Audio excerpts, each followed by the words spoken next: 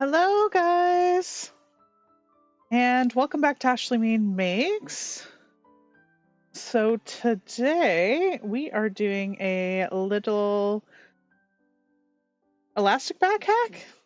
I know I've had a lot of requests for this. I had been featured previously on a cashmere video where I did this, and so I thought I would talk about it today. As always, please say hello down below. Tell me where you guys are from and what you're working on this evening. Always the point of these live streams is to be able to carve out some sewing time for everyone. So, as you guys are joining me this evening, and I hope we'll get a lot out of it. We're definitely going to have a little bit of movie magic this evening because I'm going to try and do this all in one stream. Let me just get all this other garbage to go away here. Oh, hello, Danny. Nice to see you guys.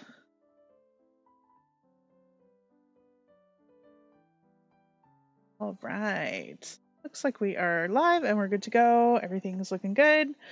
So I thought to start off with here, I would show you the original skirt so you can get an idea of what I'm doing here. So this is a skirt I made a few years ago. This is a cashmere Upton skirt, and it's banana print, which is a lot of fun. So all I did was I made the skirt exactly as shown, but then in the back, on the back gore, I have a bit of elastic here. So I like this a lot. It keeps the elastic kind of relegated to this one little back section, and that way you can still have a very smooth front of the skirt. And obviously, I've had this for several years and I've worn it a lot, and this has enabled me to go through a few size fluctuations. But it also makes the skirt really comfortable. Obviously, for me, I didn't have to include a zipper.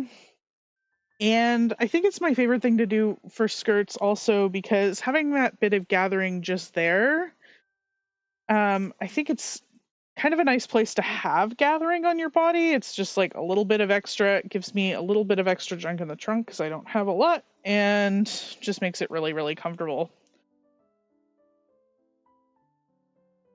Hi, Carol. Working on your embroidery? Oh, excellent. Yeah, thank you for joining us.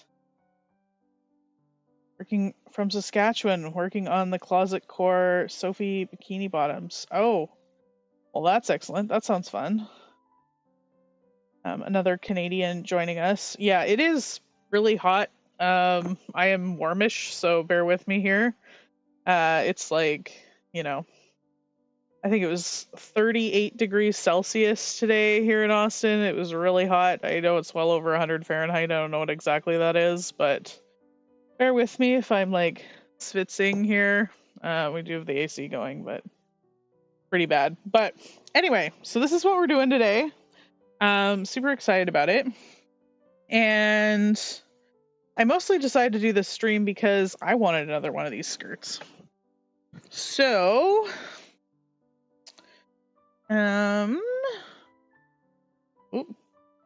much movie magic. All right.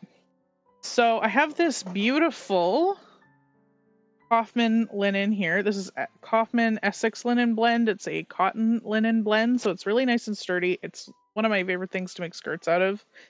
It washes and wears really, really well, and it just gets nicer as you wear it over time. So, yes, that's what I made this out of. I got it from my local kind of craft and quilting store here in Austin called Beehive Craft Studio. And I love this color. This is called Lime. So, yeah, really excited to work with it today and have a skirt in this color. Oh, and I'm wearing my new Rita top. This is the new Rita top that I made. I know I've made a lot of Ritas lately. Forgive me. This is also another charm pattern. But I made it in a knit today. So that's what I'm wearing.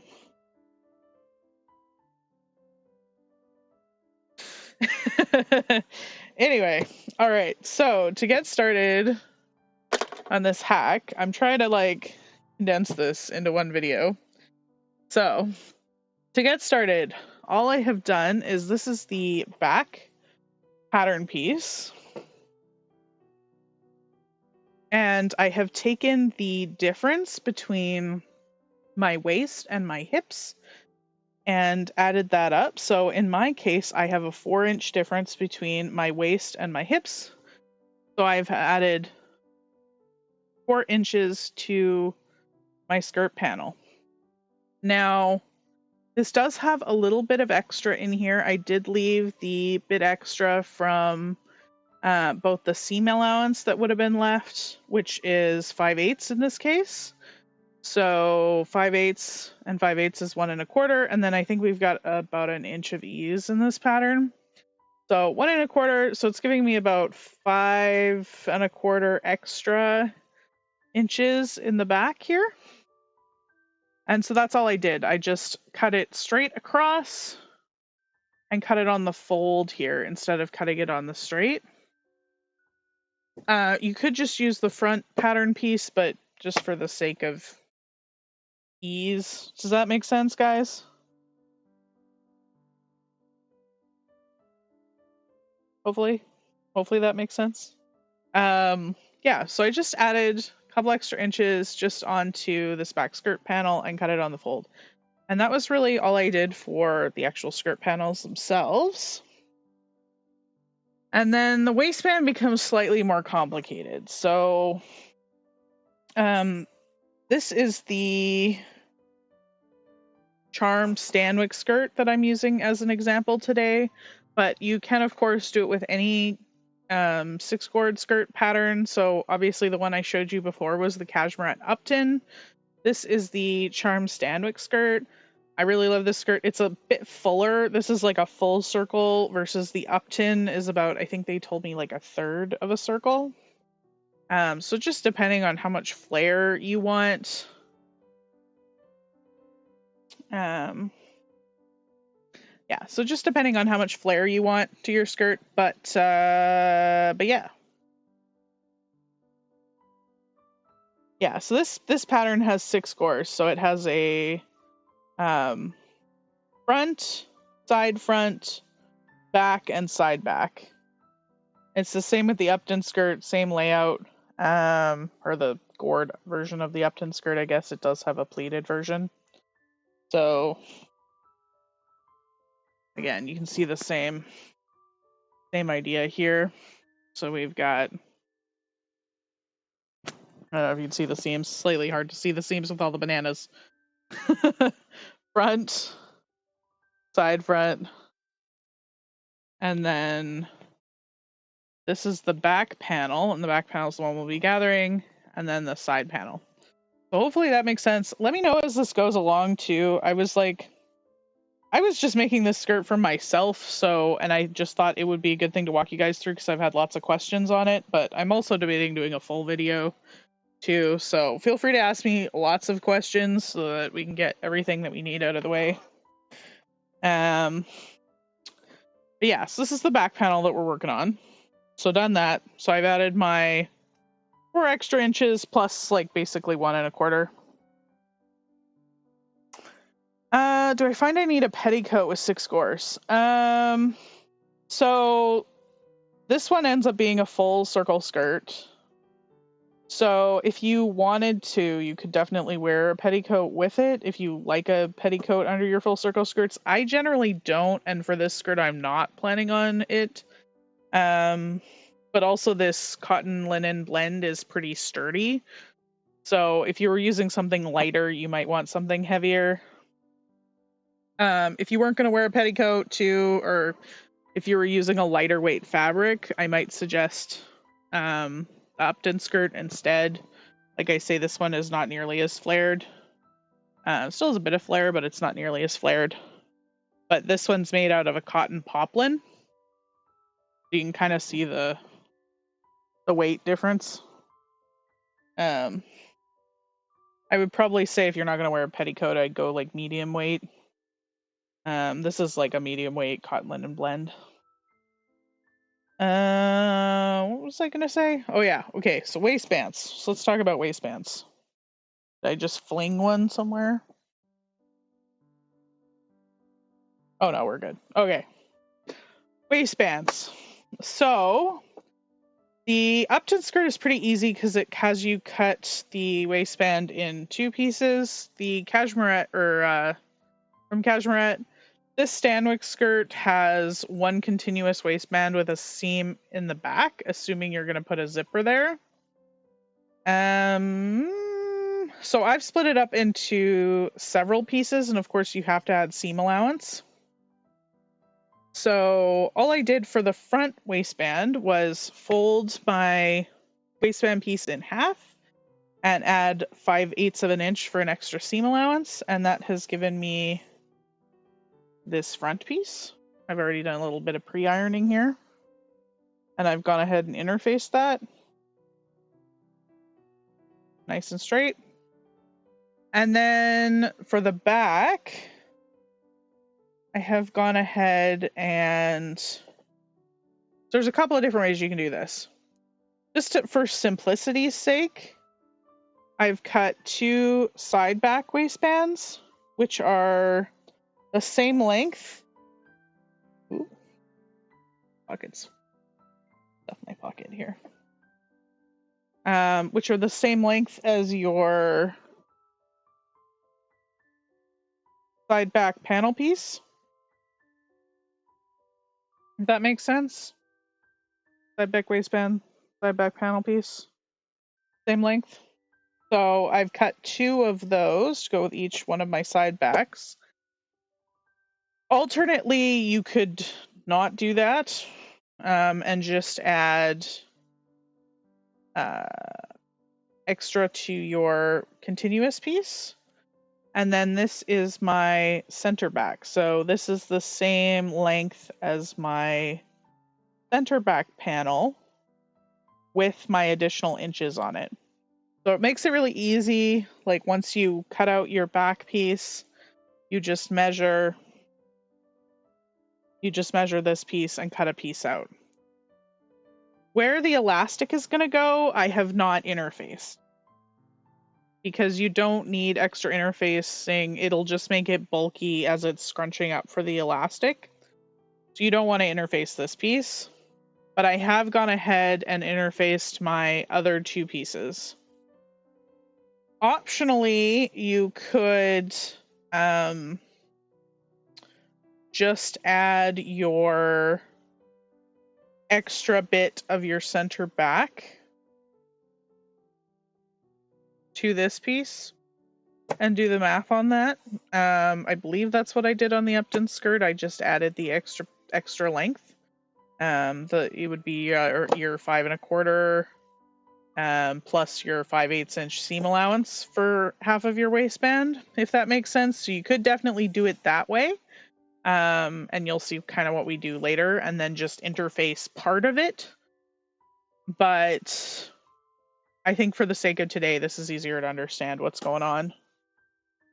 So, do we have any questions so far? Are we following? Are we doing good? I feel like this is good to talk about this on stream to make sure you guys are understanding and following what's going on. Anybody? I feel like I'm word vomiting also, so feel free to tell me how we're doing. Okay, cool. That makes sense. Awesome, guys. All right. So we're following. We're going. All right. So we're going to have a LaCroix and calm down.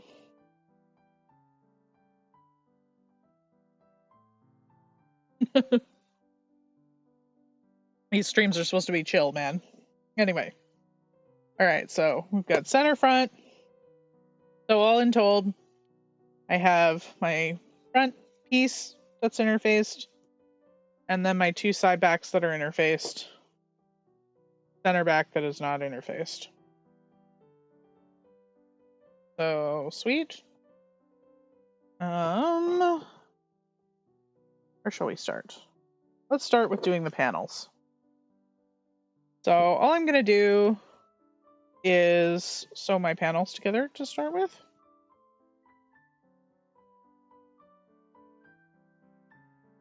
And of course, I would say too, if you have a large waist to hip ratio, probably beyond, I would say probably beyond about 6 inches, like, you know, if we're getting much past that on a waist to hip ratio, you might want to also just add a side zipper, just to make it a bit more comfortable for you.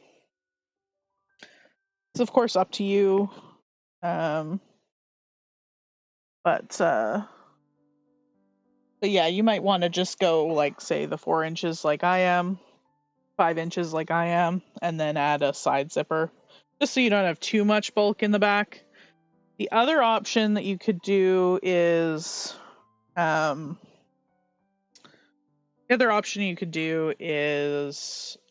distribute it further over the panels and have the whole thing be elasticized in the back. I've done that a lot as well. But this one, just to have like as minimal kind of elastic as possible. Oh, hello! Hi, Frankie. Ooh, custom kitty stroller. Excellent. I feel like we need some context for that, but that's amazing.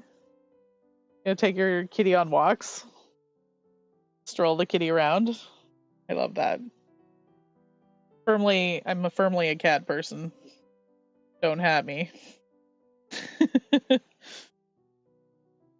Clearly, by the headphones on my head. Might have been a giveaway, but you know.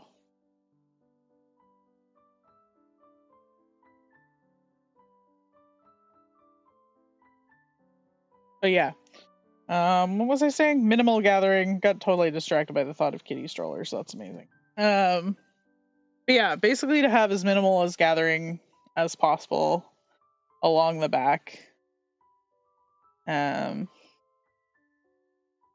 Yeah, you might want to put in a zipper. If you have, like, say if you've got a 10 or 12 inch difference between your waist and your hip, that might be a bit more comfortable.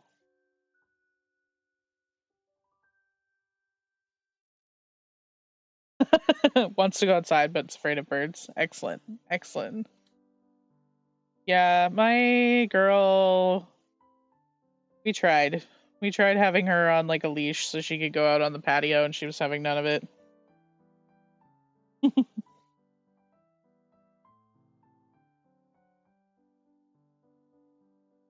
Alright, so I'm gonna go ahead.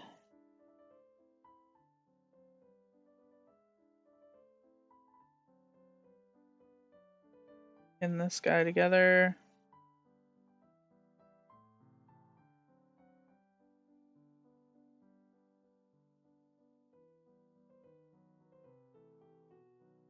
Let's just...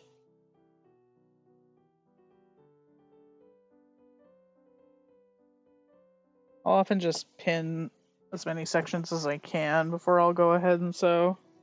So I hope that's all making sense, guys.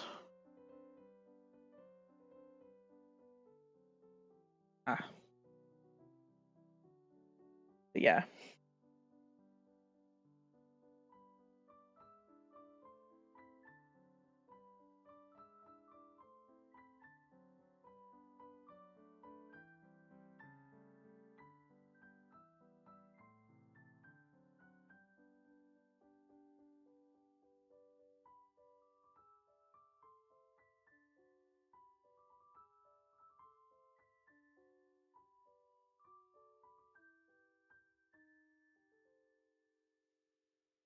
And I use this skirt too. So this is the same skirt that I used for my very first video on YouTube, which that video quality is, but if you want to see some other hacks this pattern where I did do an elastic back for that one as well, feel free to go watch that one too.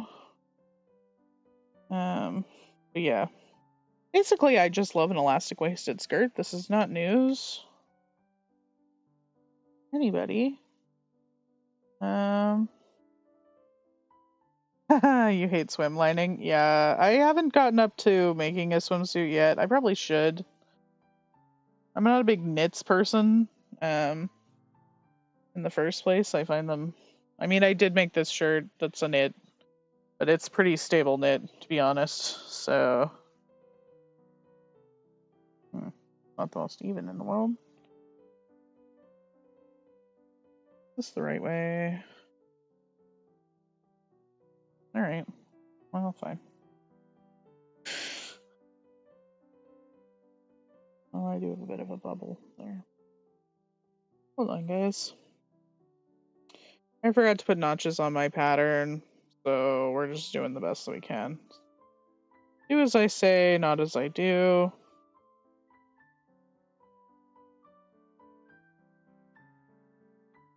Probably put notches on.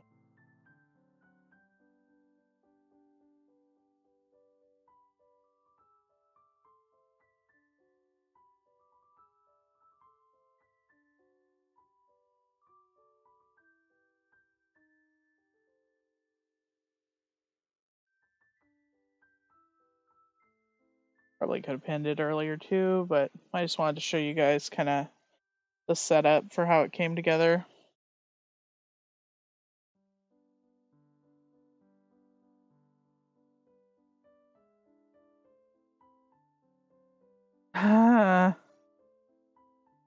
Machine wants to eat it. Generally prefer avoiding knits, but taking your niece to swimming lessons. I feel like that's double. What is it? Doubly giving on your part. Taking your niece to swimming lessons and making a swimsuit, but what do I know? Yeah, I haven't done it yet. It's hard to get good sources for. We were just talking about this the other day. It's hard to get good sources for like athletic mesh and like things like that, swim materials. So I'd love to hear where you got yours, because honestly, I feel like it's hard to get good athletic fabrics in general, and then if it's swim and you need like swim lining and power mesh and things like that, it's hard to get them. All right, so what I'm gonna do, pretty straightforward part. It's going to sew my panels together. And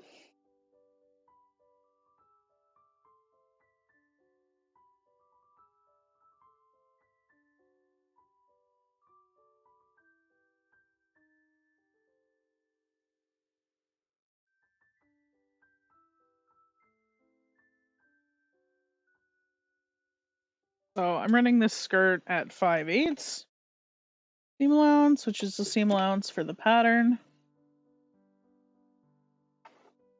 Oh, hi, Sam. Good evening, good morning from the UK. Yeah, it's got to be really early there.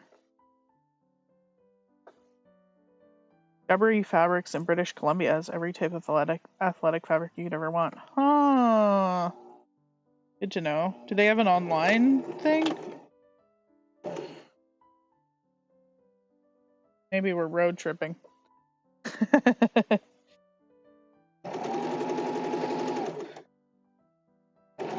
One of my good friends lives out in Kelowna, so that's entirely possible. But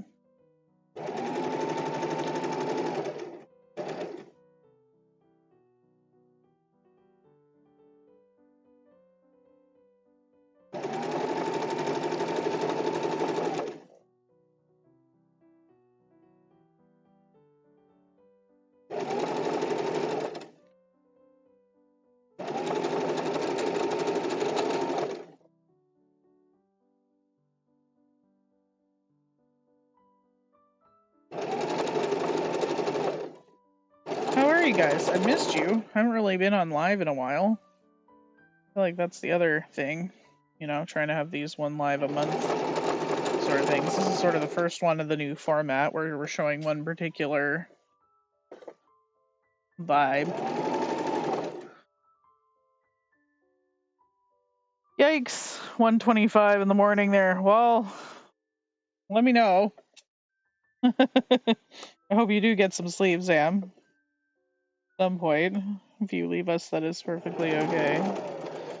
But I appreciate you coming to join the live. Alright, so there's one.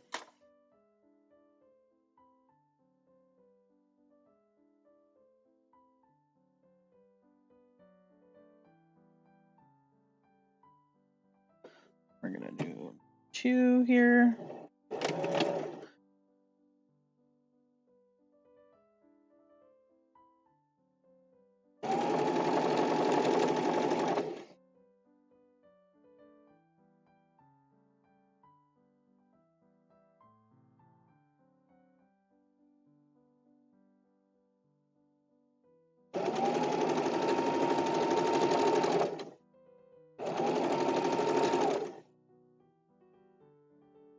Who else is a vintage sewing machine addict? 80s Kenmore, 90s white, 1957 Singer 401A. Nice. You won thread chicken? Excellent. That was excellent. I love that. I did wind my bobbin up, but we'll see if we run out by the end of this stream.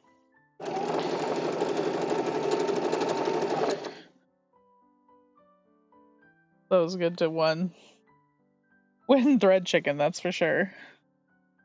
I did not on this top that I'm wearing.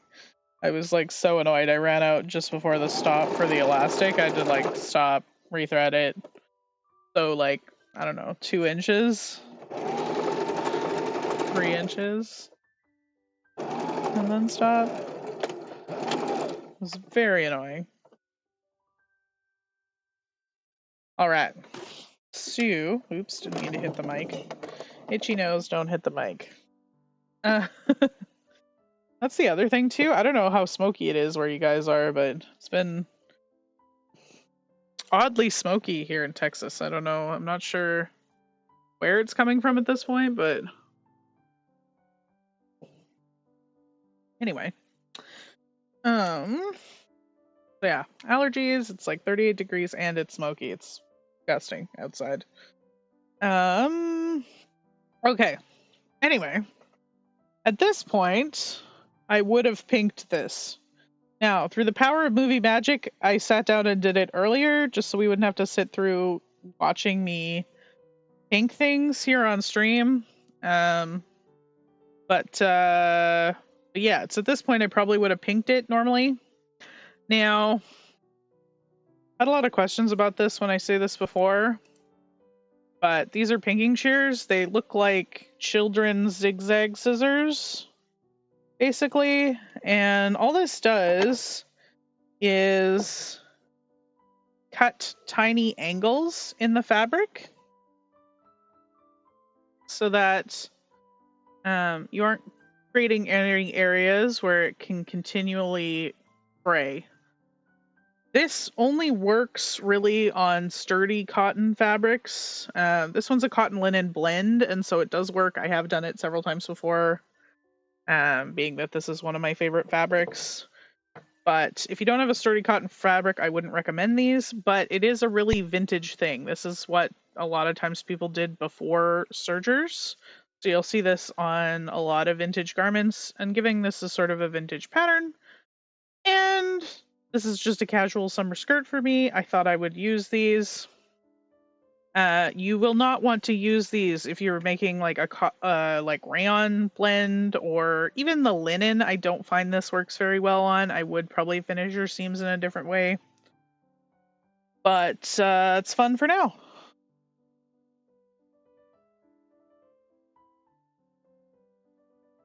Oh yeah, massive forest fires across Canada. Yeah, I know there's so many of them going on right now. I just like haven't even been able, the news here in the US about what's going on in Canada is really vague. They're like there's forest fires in BC and Ontario, and you realize those are huge places, right?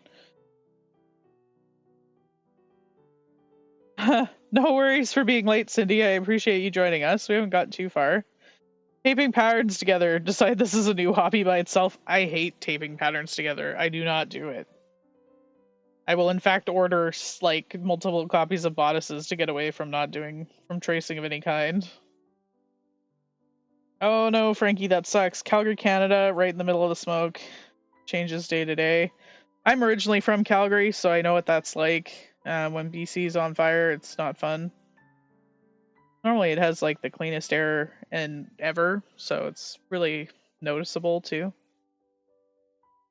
Oh, good tip, Danny. Yeah, use pinking shears to clip curds and grade seams that aren't exposed. Yeah, they're really good for that too. Even if it's like on the inside of a garment, you want to like pink around an edge, like on the inside of like an arm side or something. These are great for that too. It's a good tool to have. I always laugh because like remind me of like the wave scissors that we'd use as children. And I always get a lot of questions about it because I feel like a lot of people don't use these very much anymore. But vintage skirt, vintage garment. Let's pink it. Why not? I'm being lazy, and I don't like pulling my whole serger out if I don't have to. Especially because this is such a fast skirt. Like I say, originally I was just making this for me, but I thought, since I've had so many questions about it, it would be a good thing to show you guys. Parts of Alberta is still ablaze too. Yeah, like up near like Slave Lake there. I heard. I thought they got those ones out, but I have family up north there, so.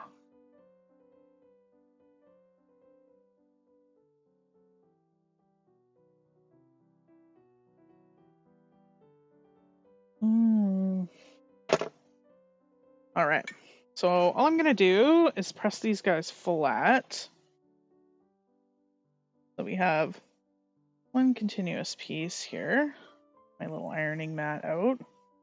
I actually really love this thing. I bought it for stream here technically, but I've been using it a lot.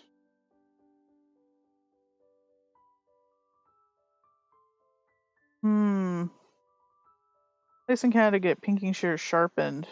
Yeah, I haven't been able to sharpen mine either. That's a brilliant question in general. If anyone knows anywhere that does that, because yeah, I haven't been able to get mine done either. So I would hate to throw them out. They are getting pretty dull, mine, but do what you can. Mine aren't the most expensive. Mine are, I think, from Walmart originally.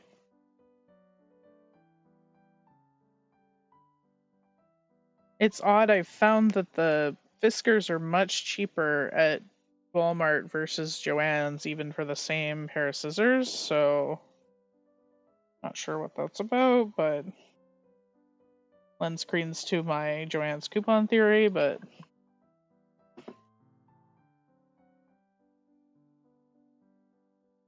all right, one down. The other one.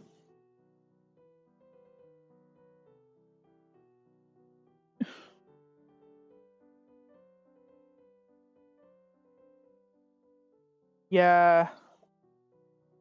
Vintage pinking shears you'd love to have sharpened. Yeah, I've seen a lot of beautiful vintage pairs, and it's like sort of a shame. That's kind of why I'm afraid to buy them. Um,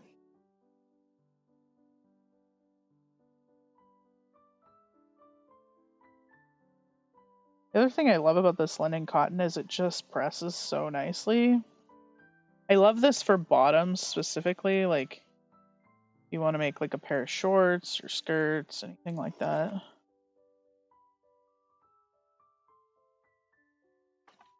Just like presses like nobody's business.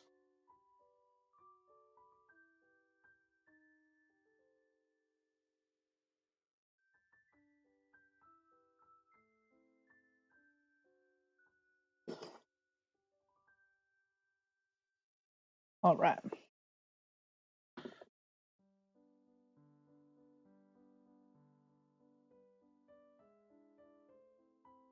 So, next thing I am going to do is something that I like to do on any sort of flared skirt.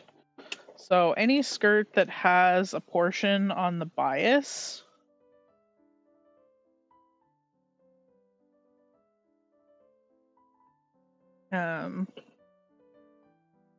So skirts on the bias, it's up to you how you want to do this. Some people would even do this before I just sewed those seams, but you can tell that this waist is on the bias, right? You've got whole sections that are going to be on the diagonal. So one thing I like to do before I try and attach any waistbands or even do my pockets or anything is just run basically a stay stitch along this end here. I also think it helps to keep this seam from splitting here as well, like from having tension on this seam as you're putting the waistband on, because I've had issues with that in the past where it'll pull my seam apart if I get it too tight. So I'm basically just going to run a stay stitch all the way around this curve just so that nothing stretches out on me and so that my waistband actually fits my skirt. I've seen a lot of people say this when they're making full circle skirts, like, why does my waistband not fit on my skirt? And usually what's happened is somewhere along the line, this curve of the waist has gotten stretched out. So even if you're going to say like follow, like just make a straight circle skirt, I would do this. I've used it a lot before. Like the one I'm wearing is the Sonde Fleur inspired circle skirt that I made before, and I did it in that video. And that's a free circle skirt from Charm Patterns as well. But yeah, if you're gonna make that one or this one, I would just stay stitch along this curve. And again, as you're sewing on this stay stitch, you don't want to have any tension on here. So you just want to follow it around nice and easy and make sure you're not stretching it out at all. So that'll cause you to have problems putting the waistband on. Again, probably not as big of a deal on this one. When I was working with the linen, I had to make sure I stay stitched for sure because I was really having a lot of issues with it. Just good practice, honestly, and I don't know why most instructions don't tell you to do this, but it is on the bias. So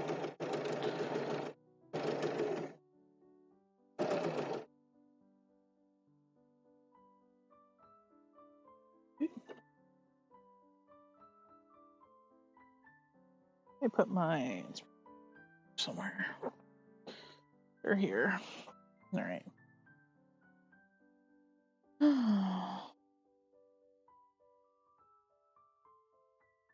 There we go. Bought a really cheap pair of fabric scissors at the dollar store. They were not good. Dad wanted to practice sharpening knives, so you give them to him. Best fabric shears you ever used now. Yeah, I mean, obviously sharpening's a big thing. I feel like I heard that the AMA has some drives for scissor sharpening. I've seen some weird things with like regular scissor sharpening. I'm really bad. I probably need to go get some of mine sharpened. I just mostly keep buying new pairs, which is not great either. Not exactly sustainable, obviously. Walmart buys more pairs to keep the cost down. Yeah, probably. Yeah, because I think my favorite scissors that I have, they don't even. I think we're like nearly twice the price at Joann's. I had them in here. Oh, I don't know where I put them, guys. Missing. See, this is how I end up with buying new pairs of scissors. They're basically the L-shaped angle ones that go along, and they're spring-loaded. They're like for the arthritis association or something. But when I'm doing a lot of cutting, it's like anything to keep my hands from getting sore. So maybe I'm an arthritic old lady too. So all right, so here we go. Here's our panel, all stay stitched. Oh, well, what do you think, guys? Waistband, pockets. Let's do the pockets. So I'm doing pockets. I'm using my normal pocket pattern today that I normally use. This one is shaped so that it ties into the waistband.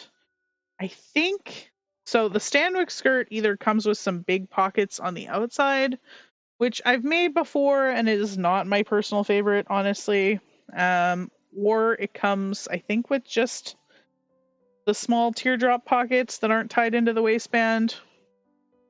I much prefer a pocket that can go where the weight of the pocket is being held by the waistband. I really don't want anything else, to be honest, because otherwise it's just like not comfortable and flaps about, especially in a skirt like this where you've got a nice big full skirt. No one's gonna see what's in the pocket anyway. So all I'm gonna do, take my pocket and line it up with my side seam.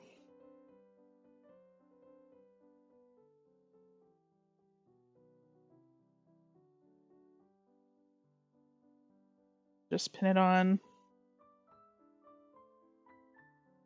And at this point, unless you're gonna like French seam it or something, you want it to be facing the good side of your skirt. Let me throw one.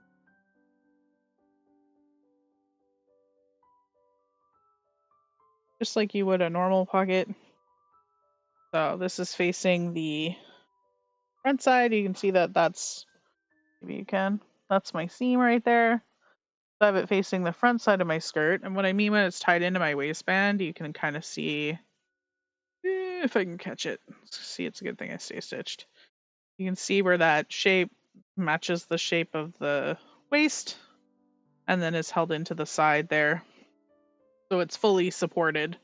So that if I put my cell phone in here, it's going to be like, you know, not pulled down at all.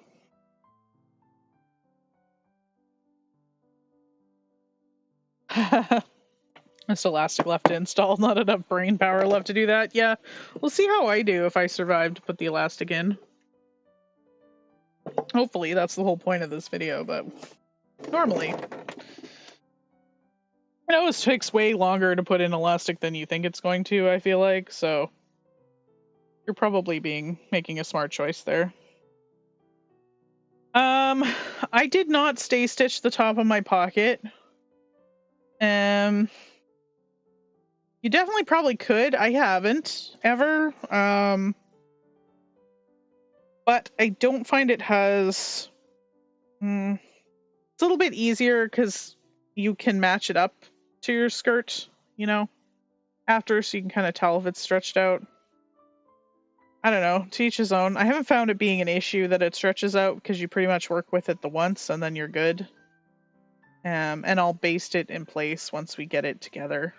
But does that make sense? You definitely could. That might be good practice, to be honest, but I definitely haven't.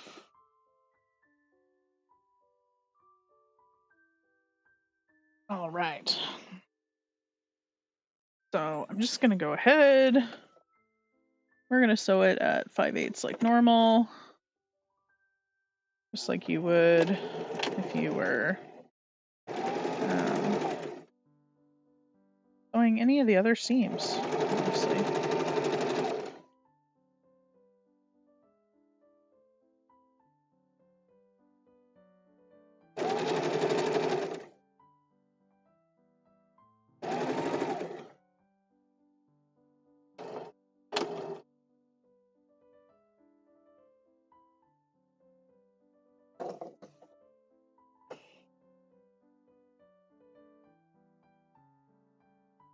And again, totally optional. This doesn't need pockets for the hack. I'm just sort of showing you my favorite skirt, I guess is what I would say. Like, I've made a lot of these over time. It's like, starting to get to the point where it's like, this is the skirt that I like, this is the skirt that I make.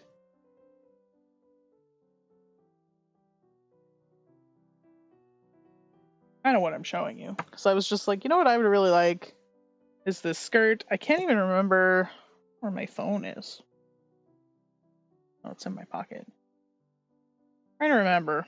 I wanted a skirt this color. I saw something on Instagram and I was like, oh, I would love a skirt in that color. If I can find it. Not that you guys will really be able to tell, but it had a totally elastic back. Yeah, it's from Cotton Candy Wear there. I don't know if you guys are going to be able to see that. But I saw that and I was like, wouldn't that be nice? Like, but it's basically a circle skirt with a fully elasticated back. But I think the other thing I like about Gored skirts is just how they hang, because you don't get the same sort of, like, as much as I like a circle skirt, one of the things that it does is that it hangs where you basically have, like, if you cut it straight, you basically end up where you have sort of like your two drapes are kind of off to the side. Versus I feel like with a Gored skirt, you get sort of this like curvy undulation to it when you're not wearing a petticoat. I feel like it looks nicer that way. I don't know. Just my opinion. You know, I just kind of like how it hangs better just because of how the grain works in them. The other thing too about a Gored skirt is if you're plus size like me, it's like definitely a lot more functional use of fabric. Like, it just makes more sense. It's more efficient. You can cut pieces easier. So you don't need quite as much fabric. I did use 4 yards of 45-inch wide fabric for this, but you know, it is still a full circle skirt, so what can you say? But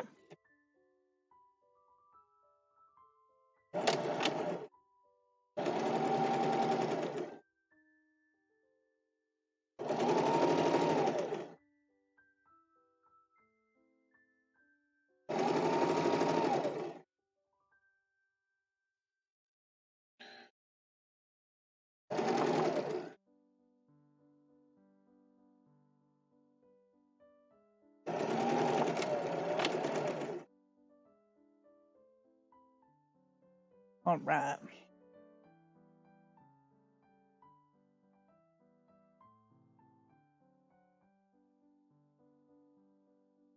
You don't think you've made anything with inseam pockets? Oh man. I feel like inseam pockets are kind of my favorite. They're kind of the standard. I'll show you my favorite trick though for them just here in a minute. Totally here with the pockets. Pockets are life. Yeah. Yeah, everything has to have pockets in my book. Like, just even being at home, like, you know, I'm walking around the house, like, cooking, doing whatever, like, at work, like, I put my phone in my top pocket as I'm, like, walking around, because I always have, like, a podcast or something going. So, yeah, it's just, like, I need pockets all the time.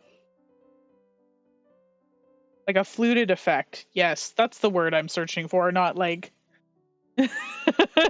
Yes. Yes, I feel like the fluted effect of a Gored skirt is nicer.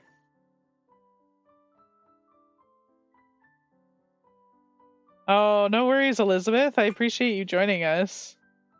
Yeah, we haven't gotten too far. Just you know, putting in pockets. Putting in pockets. All right. So, I'm going to do. So, the best way, you're making inseam pockets, again, a step they often don't include. Where's my pocket? Step they often don't include is doing some understitching, just like you would anything else, like a neckline. Trim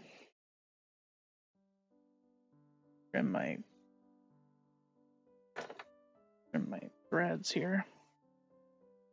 So all I'm going to do is press this open. That's nice and flat. And we're getting close to that seam as possible. And then I'm going to press them both forward.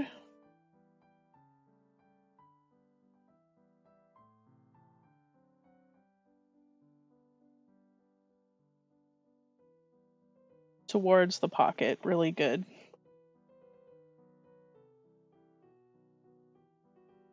Just double check here that I pretty good. Put a little tension on it too to get it as flat as possible. The flatter you get it, the more invisible your inseam pocket will be. Same on the other side. This is why ironing is important when you're sewing. Made a lot of tops.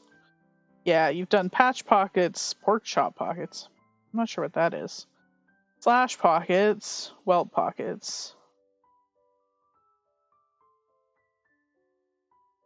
I mean, you've made it all the way to welt pockets. I definitely think you can do a inseam pocket.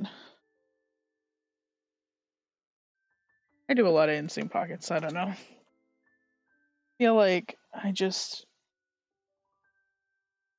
don't know. I want a giant pocket always, so.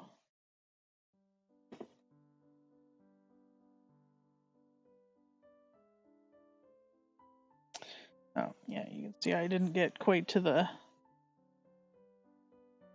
edge there. Give it a bar here. Just like really hammer that seam in. Again, it's so nice this cotton linen can take like, you know, pretty high heat. You can get it really nice and flat. Pork chop pockets are like if slash pockets and patch pockets had a baby. Okay, I think I know what you're talking about. Like sort of, I've seen a lot of like 70s patterns with that vibe. Does that one have any? No, this one's got patch pockets. I think I know what you're talking about. Very 70s vibes. I do really like that though. I gotta, saves you a lot of fabric doing it that way too, because you aren't doing a bag and a piece, or like not doing a pocket lining and a pocket front. All right, so I'm gonna just do my understitching now. So what you want to do is sew. Let's see, how well can you guys see that? So this seam allowance is pressed forward towards the pocket. So I want to stitch on the pocket side of the seam, and that'll just to help hold it in place so that the pocket won't poof out later when I'm wearing it.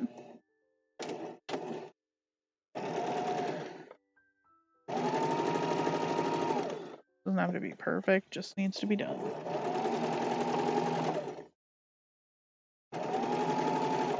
Usually sew it like 1/8 of an inch away, but you do you. You just want to make sure that it's nice and flat. I usually put a bit of tension too as I'm doing this. I'm sure you guys have seen me do this before. Do this on friggin' everything. Yeah,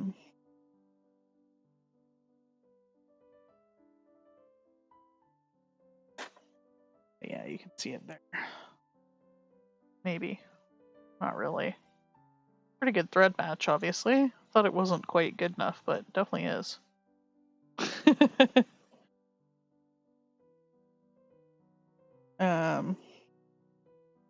Yeah. Especially if you have a spongier fabric, you can just keep it.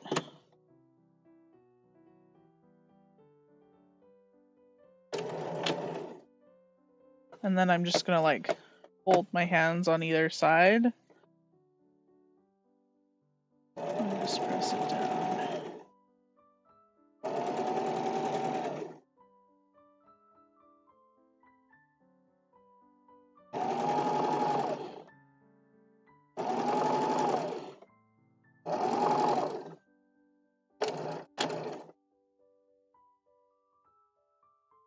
Right.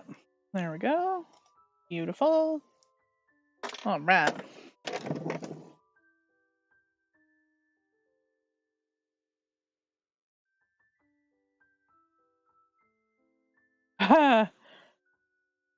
After watching so many Gertie's tutorials, you understitch so many things that don't call for it. I mean, hey, I like think no understitching, like There's not really a bad time for understitching, honestly. Like, I've seen a lot of necklines that don't say to be understitched, and I definitely understitch them anyways, just because it gives you such a nicer finish. Like, it's worth spending the time doing it. I originally never did it when I first started sewing. I was like, what is this for? But it really does give you a nice clean line. True Bias Lander shorts have them. Yeah, I'm trying to think. I'm sure I've seen some other ones. I was thinking of the like 70s dresses with them in it. All right. So, through the power of movie magic, I will pull out the piece I assembled earlier. So this is the front. So I just assembled and did the front like normal, and I did the same thing where I have the pockets attached. Now, I was really silly and accidentally cut I cut the wrong panel. Long story short, I cut the wrong panel. What did I cut? I cut the center front, not on the fold. Thinking it was the center side. Anyway, it was bad. So I didn't have quite enough to do the pockets, so I decided I would do the front pocket. This is actually leftover cotton from the walkway dress, but I just thought the green was so pretty. I'm doing the front pocket in this so that like when I'm standing forward, like, and you might see something when I'm sticking my hand in my pocket, you're seeing the towards the back is the green. You could of course like piece this pocket together if I'd wanted to, and do it that way, like put like a 2-inch strip at the front so that you wouldn't see it in any circumstance, but you know, I'm just not overly concerned if they see a little bit of my pocket lining. I'm not fussed, honestly. I doubt you'll be able to see it anyway, and it'll be a little bit lighter in the pocket, like lighter weight in the pocket. I'm not mad, so kind of whatever.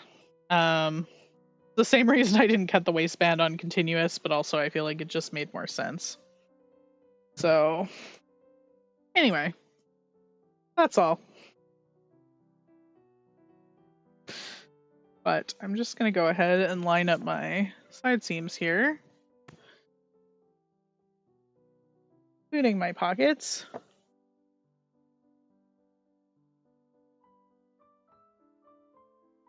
If I can keep it on the table. This is the point where we get these big panels being annoying.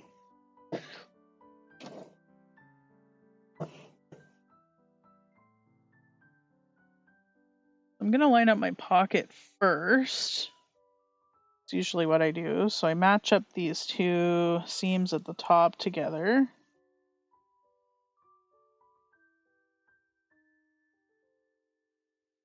And I'll pin it down, even though I'm really not going to sew that far, just so that it's held in place.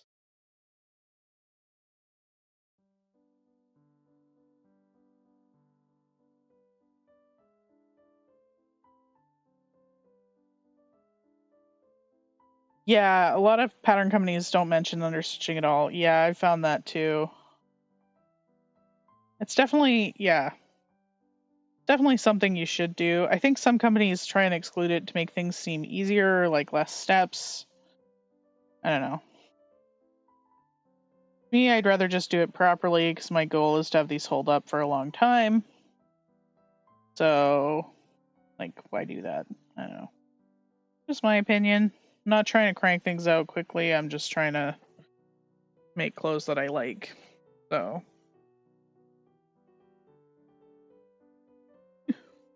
Okay. Match up my seams down here.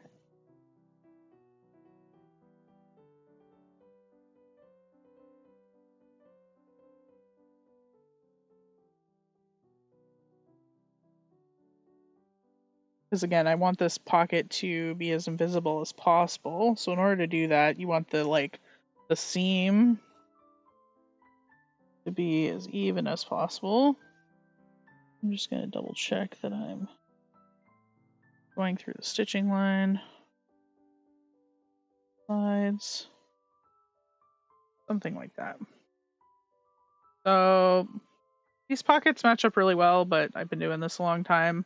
But if this part of the pocket bag doesn't match up perfectly, it's totally fine. It's not the end of the world. It's more important that this matches up, even though we're not sewing this part. That makes sense. And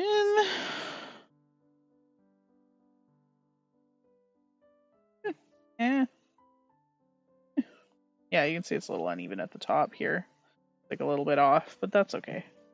Or can you see that? It's like a little bit off. An eighth of an inch. Like, who cares?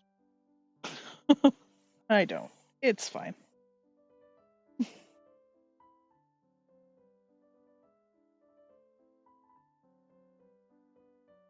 No worries, Sam. Thanks for joining us. Stanwyck have an inseam pocket piece, or did you use a different one? I think it might have one, but I really don't like Gertie's inseam pocket pieces. They're too small, and because they don't go up with the sizes. So this is one that I have drafted that I use a lot. Originally it was based on the Cashmerette one, but I've gone off script with it and made it connect to a circle skirt waistband. So not the most helpful in the world, but but use a pocket that you like would be my advice. Like, if you find a pocket that you like, just use a pocket you like.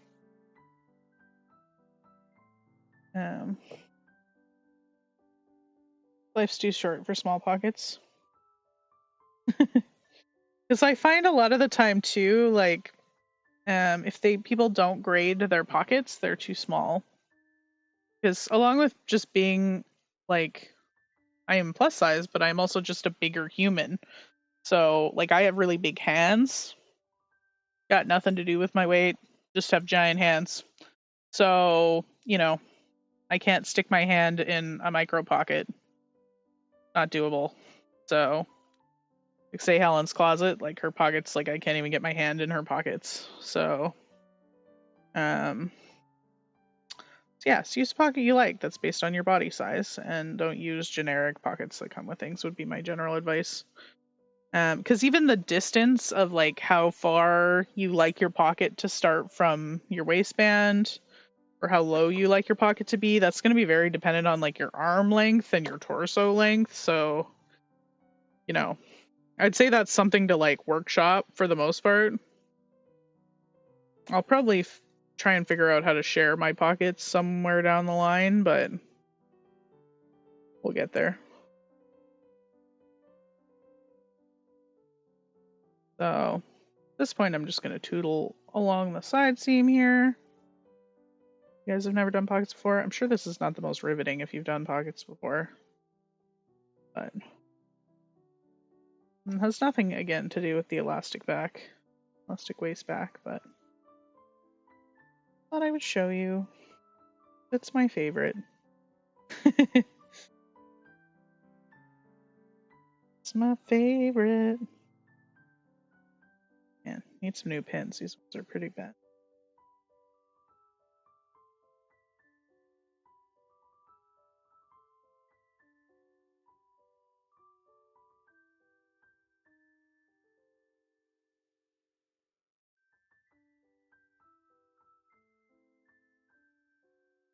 All right, and there we go.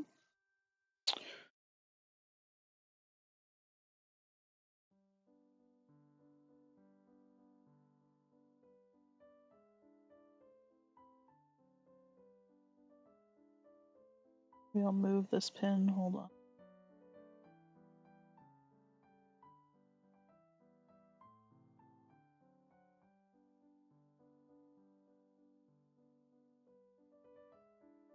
All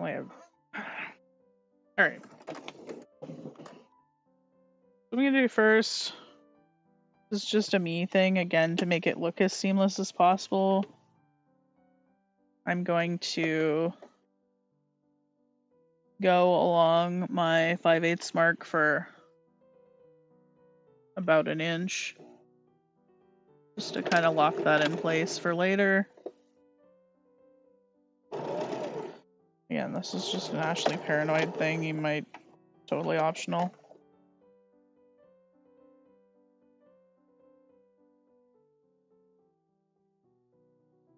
Just to again create that illusion that it's part of the seam. Rid of those pins.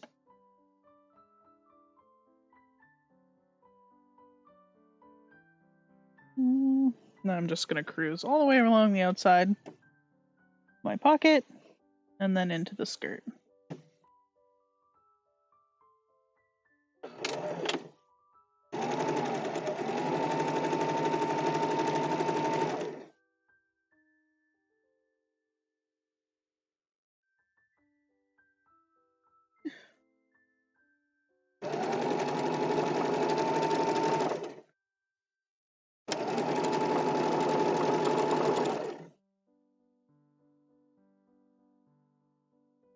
What time is it? 8:07. Well, hopefully we're making okay time here. Hopefully you're all right. We have another hour. But if you are joining this, I missed my mark here. You are joining us, and you're enjoying the scream. You're enjoying the scream. If you are enjoying the stream so far and have been enjoying my mad ramblings, please hit that like button. Also, since we are going down to once a month for these streams, I would highly recommend turning on the bell notifications down below. It does really help me, but also helps you know when the streams are happening, because it'll notify you so you don't miss them when they're happening. Especially because we're not doing them as often. Just for the summertime here. I don't know. If there's a lot of interest, we'll start doing them more again in the fall, but...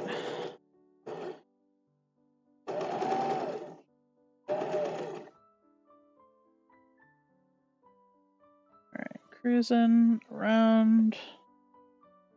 That pin is not in a place. I'm not stitching the skirt to itself, hopefully.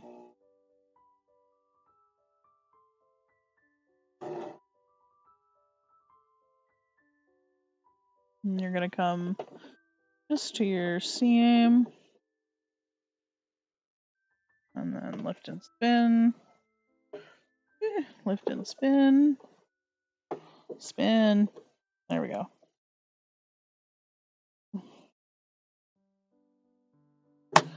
Alright.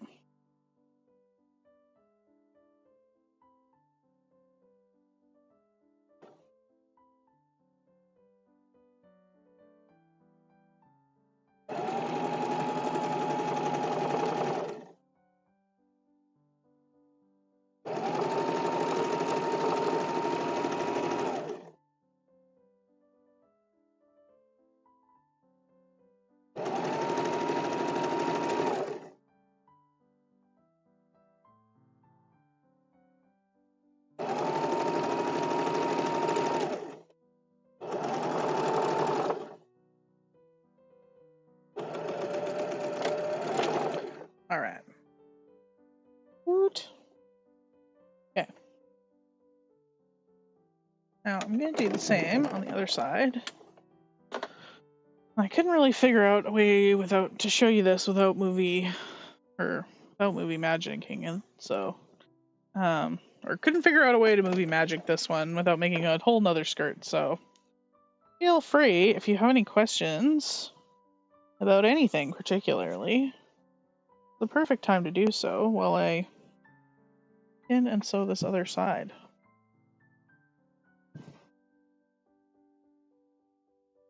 I can find the other side. There we are. It's almost nice having that yellow bucket in there so I can find it. Alright. Yeah, perfect question Q&A time. So if you have any questions, let me know. Well, I'm working on this. If you're just joining us, hello. Oh, no worries, Danny. Thanks again for joining us. I appreciate it. I missed what pattern I'm adapting. So I am adapting the Charm Stanwyck Skirt, which I've used before in a couple of my other videos. Actually, my first video here on YouTube, which is not really edited and it's very long. So, yeah, being my first video on YouTube, it is not the best, but I did use it in that video. It is one of my favorite patterns. But this would work on any gored skirt, any 6 gored skirt you like. So, like I said earlier, I've used it on the Cashmere Upton before, which is really nice. If you don't like as flared a skirt, like you don't want a full circle skirt, you can definitely do it on that one. Or any other full circle skirt you like. Oh, it's helpful if you pin it more than one place, actually. So yeah. Oh, hi, Rotten Ralph. Thanks for joining us. Appreciate you being here, as always. So this is a cotton linen blend. So this is what's called an Essex linen. So it's cotton linen blend. This is from Robert Kaufman.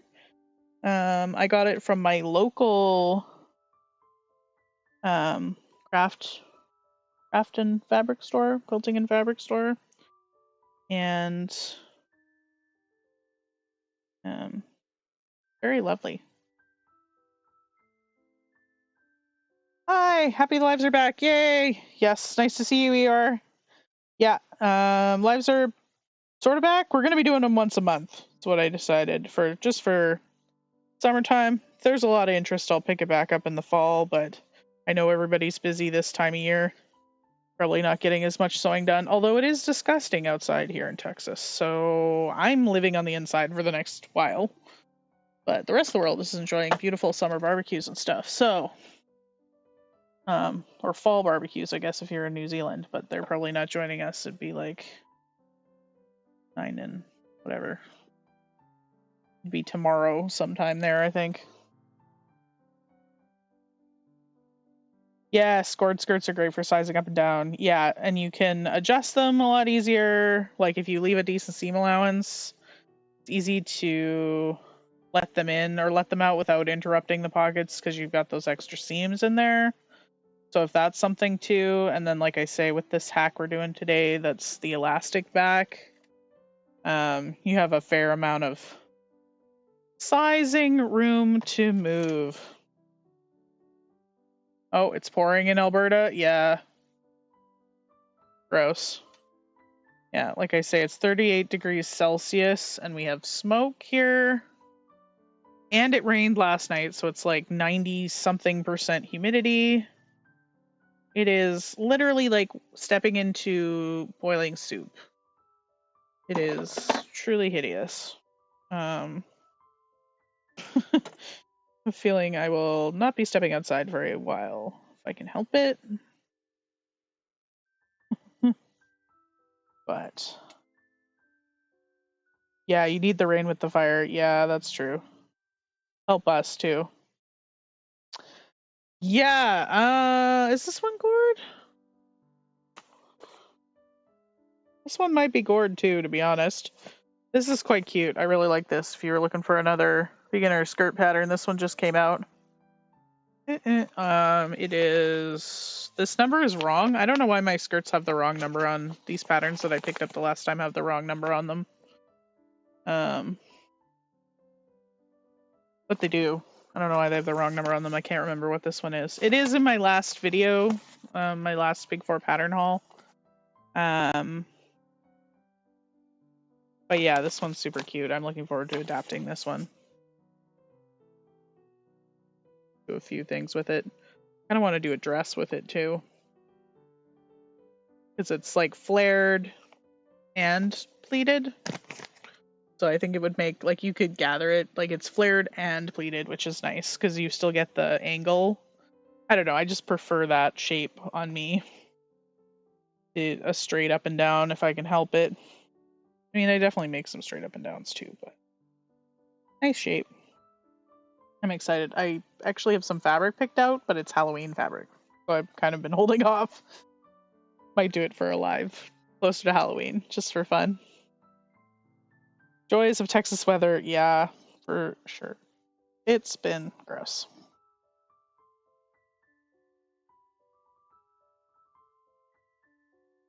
Oh, hi V.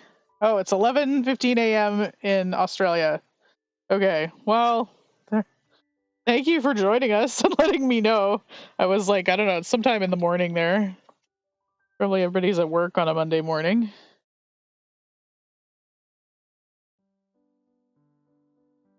Oh, you're referring to the.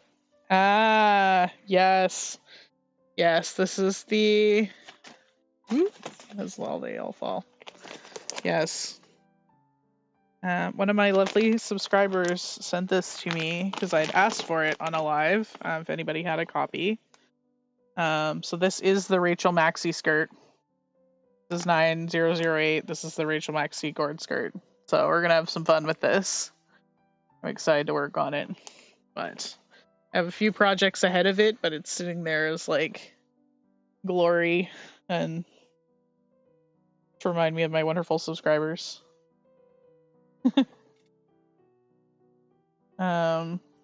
But yeah, I'm excited about it.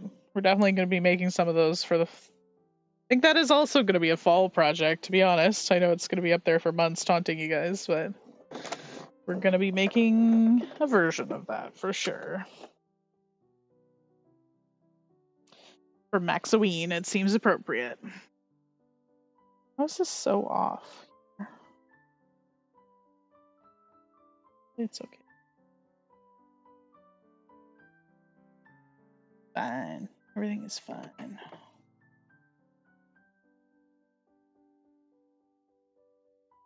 This manhandling I've been doing.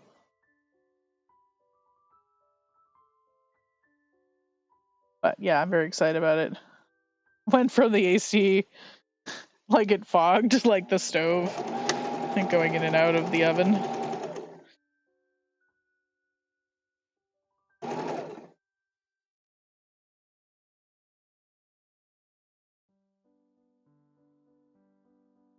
Swear to the point where the skirt starts to get annoying. Got a mind of its own, flopping around on the table.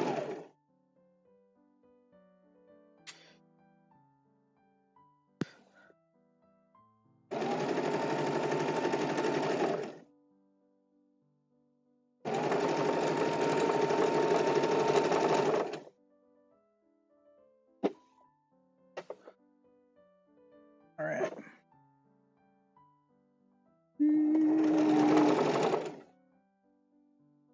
But yeah, it looks like a bunch of new people. You guys are joining us. Let me know what you're working on tonight. I'm interested. I was curious what everyone's working on. That's like honestly one of my favorite parts is just the idea phase. You know what I mean? I think we're good. Let's call that good. Lift and spin. Only now it's the whole skirt, so it's annoying. Hold on.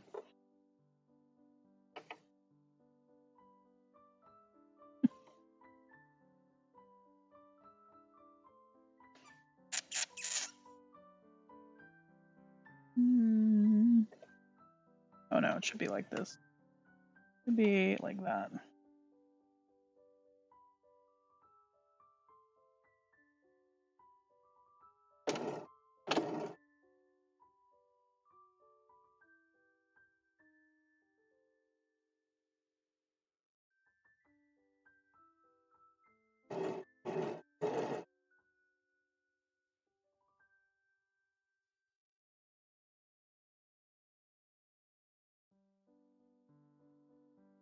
Oh yeah, we're good.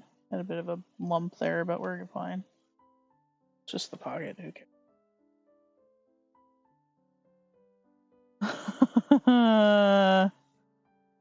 Central Florida, South Texas. Yeah, it's soup here. Houston is grosser than Austin for sure. I don't know if I could handle Houston. Like, we're not usually as bad here in Austin, but it's just been crazy with the smoke.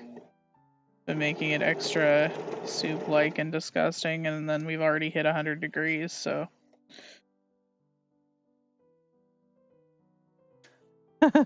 Mind of their own on the sewing table? Yeah. Yeah, especially when you start doing big ones like this, when you get to this point where you're in assembly, where you're just like, have this whole giant mound on your table. At least it's not rayon or something, but.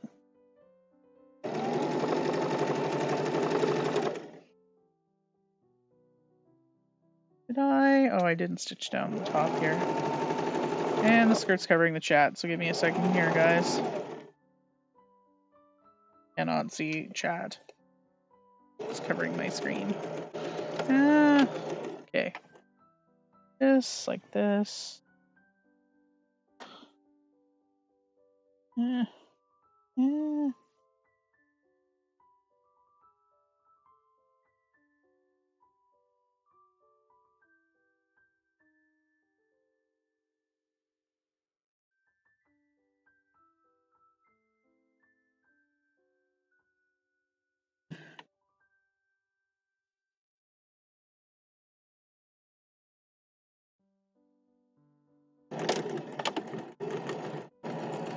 There you go. Like I say, stitching down that 1 inch just at the top there, where the two pockets meet, just to make sure it really is kind of blended into that seam.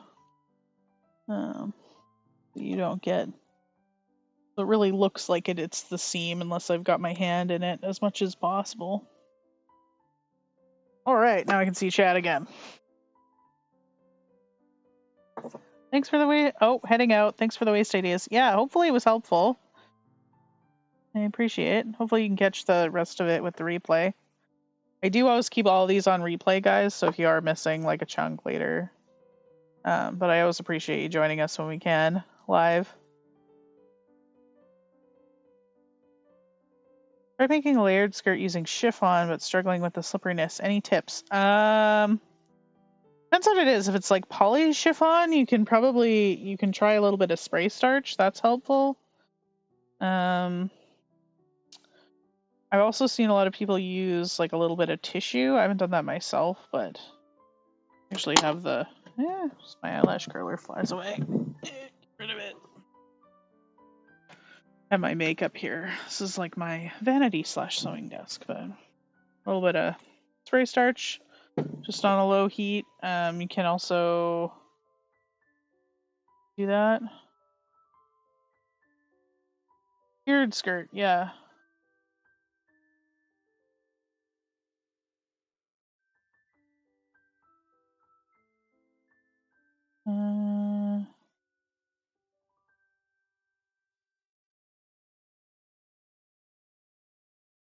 Yeah, are you keeping safe? Yeah, we're fine. There's actually no fires here. It's all the fires from like way, way up north.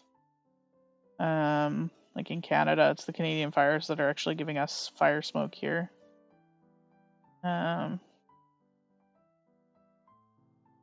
But yeah, just sucks. Just sucks. All right. Just gonna do one more thing before I move on to the waistband here. Well, maybe I'll do that first. Well, yeah, okay, maybe I'll do that first. Yes. Yes, let's do that first. All right, I'm gonna throw my skirt somewhere here. Bulk of my skirt, anyway. All right, all we're gonna do is just quickly attach our waistband pieces here. Okay. Oh no.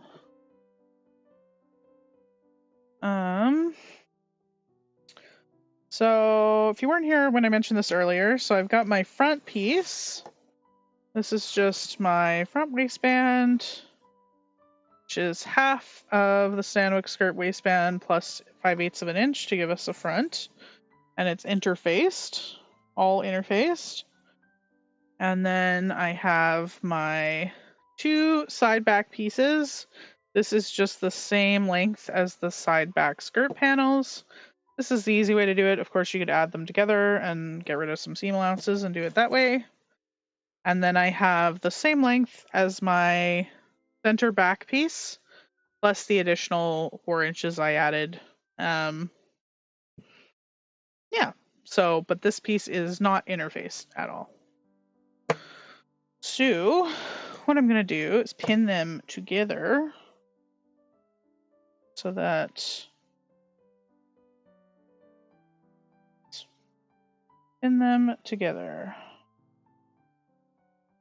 Do I have a matter? That one, no. I did end up cutting these out. A bit weird because, like I say, I cut them out after I had accidentally cut cut my center front knot on the fold, essentially. Bad.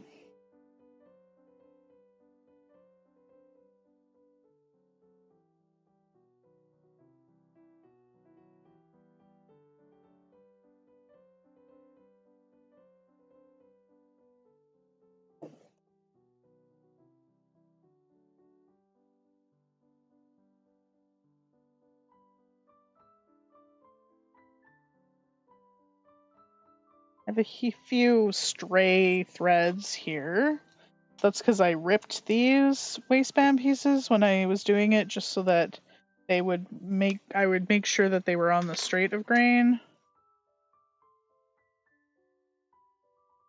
Again, this fabric lets me do it because it's a cotton linen blend, so it'll let me do that. All I'm gonna do is just sew these up here, my 5/8.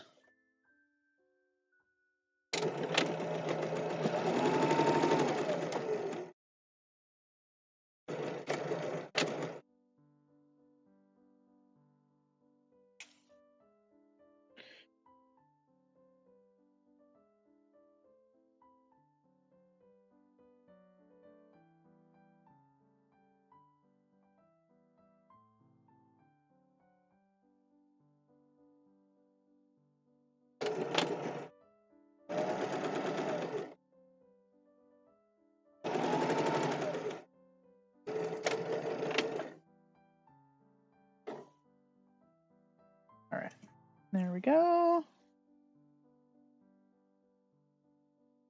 Beat. I might actually press this first. Okay. We're gonna do a little bit of pressing here. Just trying to lump all my pressing together, so let me know if this is confusing hopping around here. But let's do this quickly here before I move on. If I can find it in the bubble. So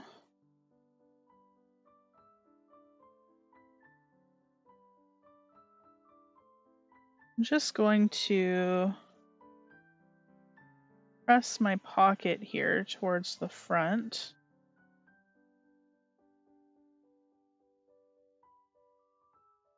Especially the top of my pocket here.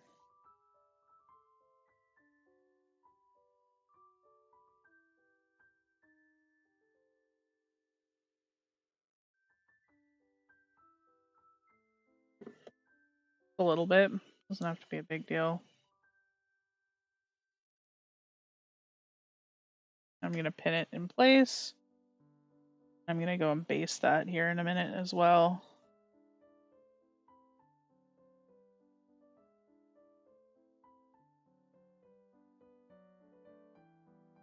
No worries, Ralph. I mean, it helps by algorithm. I'm never going to be angry at it.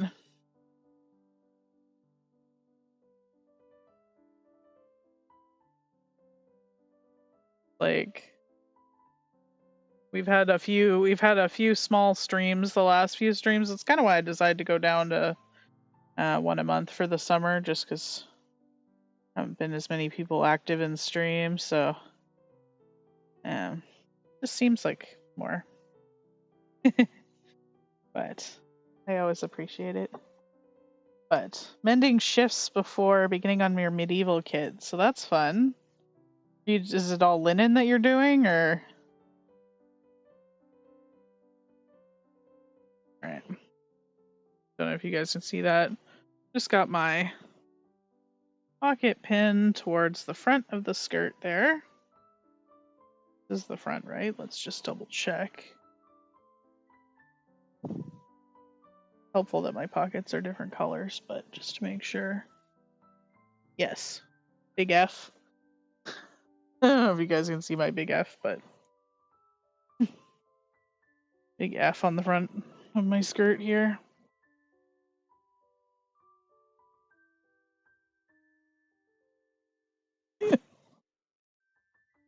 Oh, big skirt. Okay. Like I love them, but I hate them all at the same time. Okay. And it's hard to get good big skirts that are commercially made because they just don't make them with enough fabric. They're cheap. Get a bit of a press here. You see that? It just looks like a green blur. Maybe? Maybe. Just looks like a green blur. And just pin it with a very crooked pin in place. And we'll base that down when we go to sew it together. You can go away again. Then I'm gonna iron out my waistband here. All linen. Or the fabric is crap. Yeah, that's true too. That is true. I just mostly mark with a water soluble pen. I think I'd have one. I have one of those stupid double-edged ones here that has disappearing on one side and water soluble on the other. But disappearing is stupid. I don't know why anybody wants these because honestly I find they disappear in like 10 minutes. So but the water soluble is great. That's pretty much what I use like 90% of the time.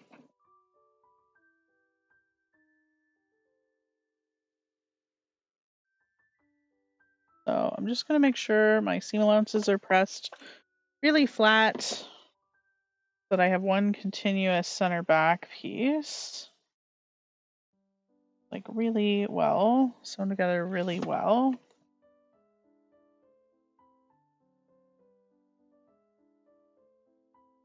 Okay, there we go.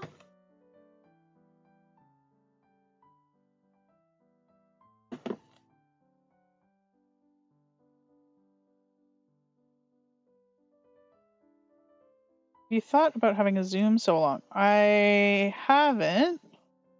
This was sort of the idea, is to do it on here. But yeah, I'm not sure what the, I guess because people can like pop up would be helpful. I'm not sure. I guess I'd be interested to hear like what would the advantage of that be versus doing it on YouTube here. I just like YouTube because it'll stay up forever, so you know, if people want to come back and check the replay or whatever, they can, and you know, watch my other videos and all that. There's that. Oh, nice. Fabric dyeing, refreshing some older clothes. Yeah, that's not a bad idea either. Like, always good to do that. Okay, I should tell you what I'm doing. So I'm just folding up 5/8. Just pressing in 5/8 all the way along. This is the front. I've already done that on this one, where I pressed it down 5/8 on the one side. Obviously, I didn't cut my interfacing perfectly to come to the edge here, but pressing it down to 5/8 on the front piece. So I'm just doing the same on the back here, and that'll become the side we'll fold over and tuck everything in with later. And I'm just using this ruler, this felt ruler that I love. Now, stuff when you burn yourself. That you can actually iron right on. It's actually like a quilting thing. It's made by Clover. Like one of my favorite tools. Just like an ironing guide. So, but I really like it for doing this because you can be pretty precise with it. And just make sure that I'm coming up to 5/8 all the way along here.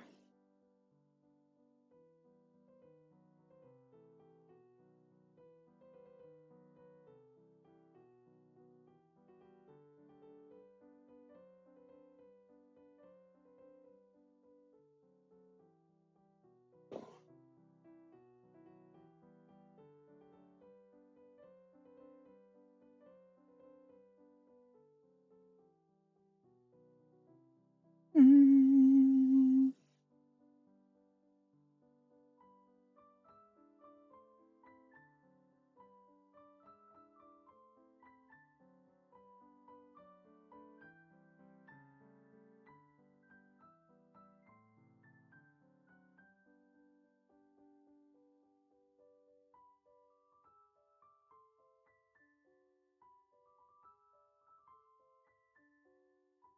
I guess I haven't really, I don't know.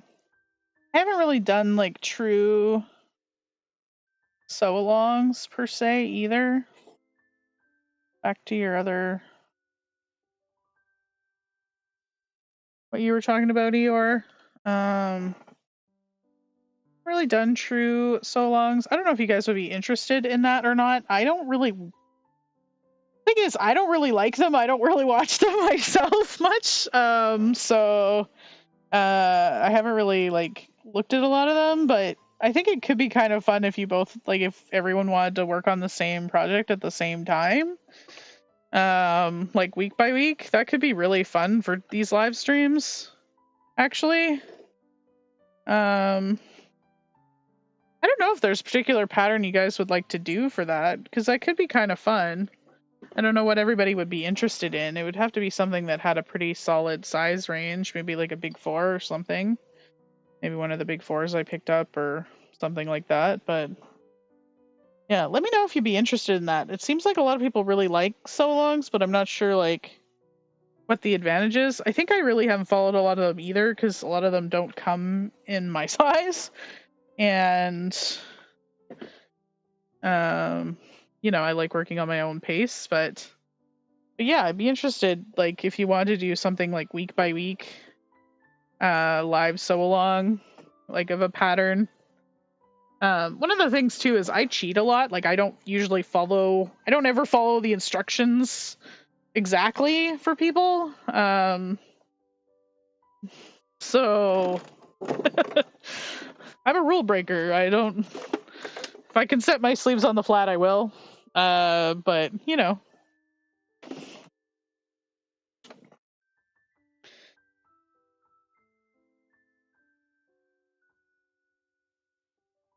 yeah, ironing anything you can iron over is good. Yeah, I think so too.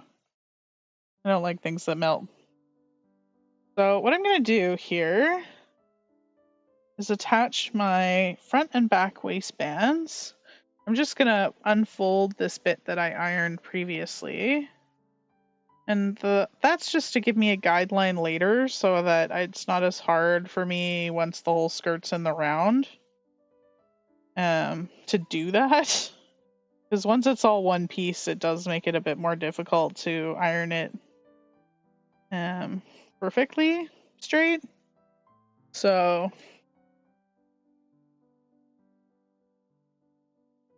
pattern instructions or guidelines. Every time I hear that, I think of like Pirates of the Caribbean, where he's like, they're more like guidelines. Like, that's very much how I sew. So that's kind of why I haven't really done like a straightforward sew along. These live streams are sort of like my sew along versions, I guess, is like me hanging out and sewing stuff, but like, I don't know if it'd be cool to like announce the pattern beforehand and like everybody sew it together. I just don't know what kind of pattern. Everyone has such different style. I don't know if there's like one particular pattern that you'd like me to cover. Also, Gertie does her own sew along videos, so it wouldn't be a Gertie pattern. Definitely would have to be like a big 4 or something like that.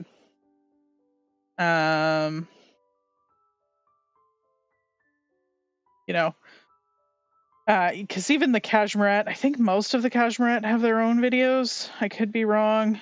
I know all the club patterns do, and then I think some of the other ones do as well, and I'm sure Jenny is much more qualified to talk about it than I am. But yeah, maybe if there's like a big four, like if you guys do want to like do this skirt or something, maybe one of the other dresses I picked up, because those would be fun. Of course, I put them all away. I was like trying to be organized, but I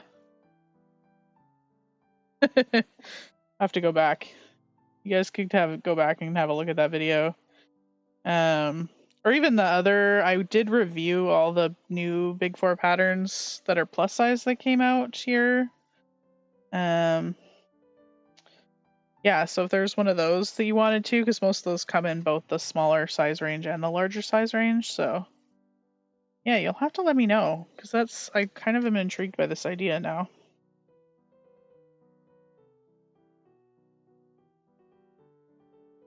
The McCalls. Yeah, some of the McCalls, the new McCalls go up to a 32W. Which is really, really exciting. So, I think this one, well, these ones go up to a 38, I think, is the new band. 20 wide to 38 wide. And then they have the smaller Mrs. band for a lot of these ones. I know for the Simplicity they do. I think there's a few other ones. I'll have to dig them out. Maybe I'll put that up as a poll, or we can talk about it one day. Because that'd be really fun. I think I posted, yeah, because I even have some fabric for one of those dresses, so that could be fun. We could do like a live sew along, like week by week. It would be long though. It'd be long, but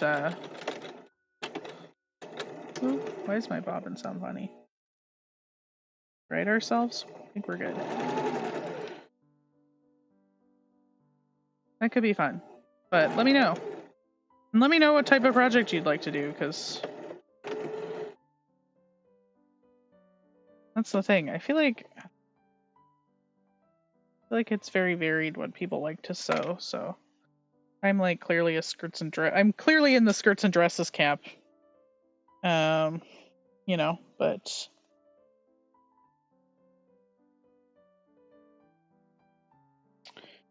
all right.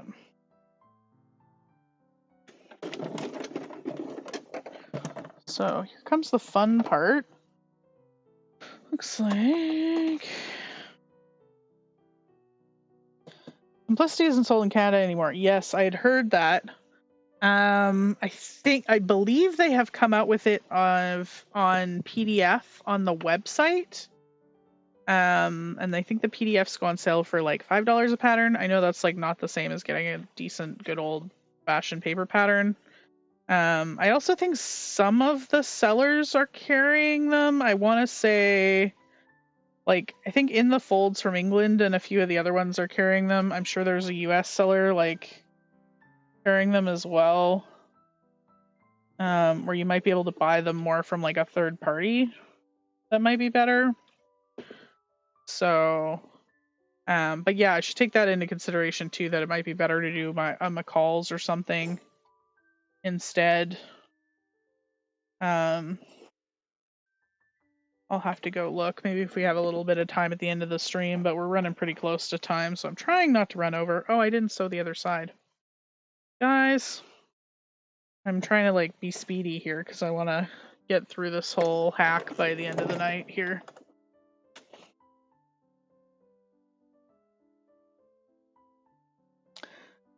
Yeah, you want to make the lingerie one that I showed. Yeah. Yeah, I do too, you know. Yeah, I know it's not for everyone, but I also think like on the other hand it is. Like, I don't know which one you're showing is the like actual lingerie one or the that slip dress or like slip pattern. You know, I think most people could probably use a decent slip, especially if you're plus size, because I feel like the only ones I have are either like Spankish or terrible polyester. So, but that one has a sew along actually. If you that one's got a QR code and a sew along from the gal that designed the pattern. So probably not the best option, just because, like I say, you can follow her pattern, who made the pattern. But yeah. Perhaps interested in a smuggling operation. Yeah. No, but I definitely think I forget who all has them. Like I know a few of the different fabric stores carry them in that. I think even Fabric Mart has a few. So have PO box will sew. Yeah, I'll have to figure it out for sure.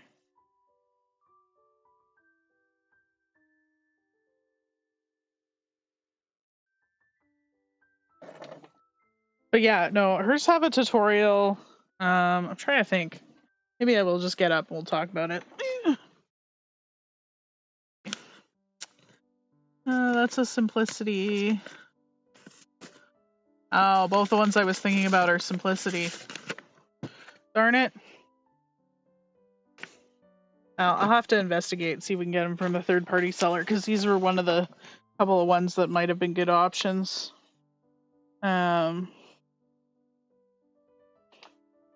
So I was thinking about doing this one, but this one has bust cups, so it would be a really good option. Make it easy for people. And I really dig it. I think it'd be cute in like lots of different fabrics. And I know this one comes in both size ranges, but it's Simplicity. Okay, so I'll have to go look. But yeah, let me know if you like this idea, because I feel like, I don't know, just talking about it, it's like different. Yeah, what was I doing? Ironing. Getting distracted, guys. Might run a little bit over time. Hopefully you guys will hang with me, because I want to get to the end of this. All right. I'm just ironing. Seam allowance is flat.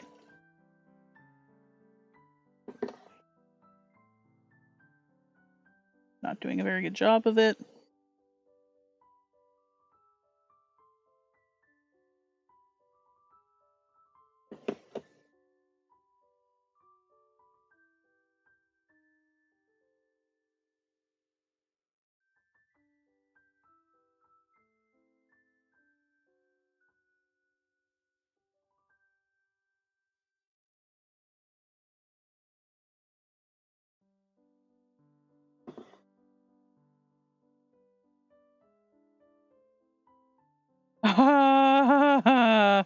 I think I have the walkway replant.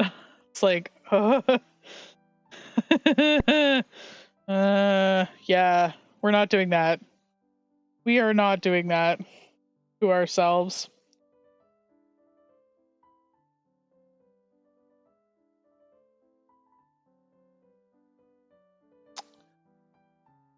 Right. Okay.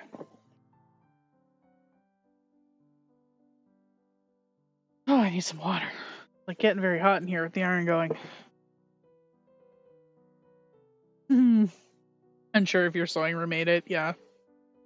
Yeah. We're certainly not doing that pattern. It's a piece of garbage.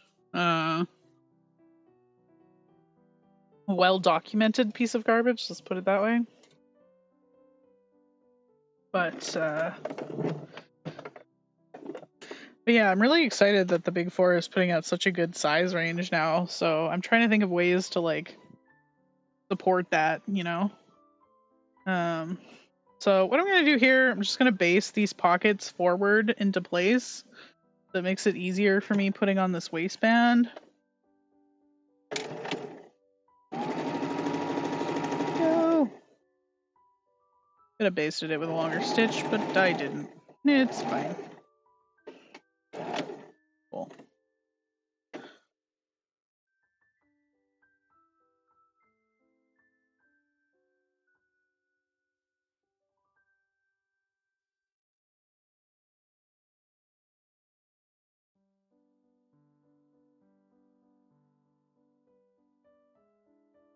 You have the walkway reprint and the tracing of the original. Didn't get anything done. Yeah, that happens. It took me a lot. If it hadn't been a deadline thing, I probably wouldn't have gotten it done. Like, let's be real, because it took a lot to grade it up. But you know, That's the only way it got done. Because I mean, I've had the reprint since, I don't know, God, like 2015, I think. So that's what took and getting the original. Like, I saw all the changes that people had to make to the reprint on the blogs, because that was still a thing. And then,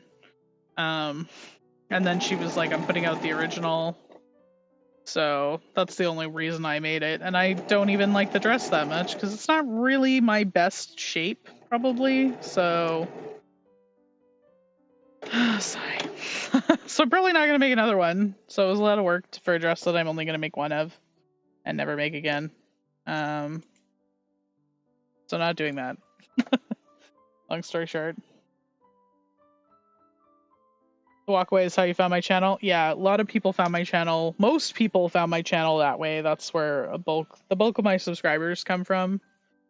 So I don't know, 'cause just so many people did it, and I think I was one of the few like plus size people that graded it up and did it. So, but yeah, the walkaway dress has been the biggest and best thing for my channel overall. But yeah, there's not too many iconic dresses like that, so that I could recreate that. Inherited a lot of fabric from your mom when she passed. Would like to make it into stuff that I'd be willing to wear in public. Yeah, you'll get there though. I mean, it takes a bit to like figure it out, like what you want to wear. Like doing good finishes and stuff really helps finding shapes you like. Probably not going to get it perfect, but gives you lots of testing fabric anyway, which is great.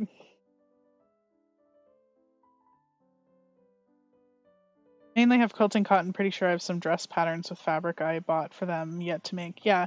So if you're working with quilting cotton, it is good to make things that are suitable for like a medium weight or higher. So a skirt like this would be really good, or if you wanted to make, because you can do it out of a narrower fabric and still be able to cut it out, or you want to make things that are fitted or have darts. So things like the Upton dress are really good. Like it's a 2-dart bodice and a straight, a gored or pleated skirt. Again, this skirt would be a really great beginner project. And again, with the pleats, like I'm planning on making this in a quilting cotton, a Halloween quilting cotton. And stuff like that. So definitely look at things that are solid, not too many gathers or that type of things. That's always good.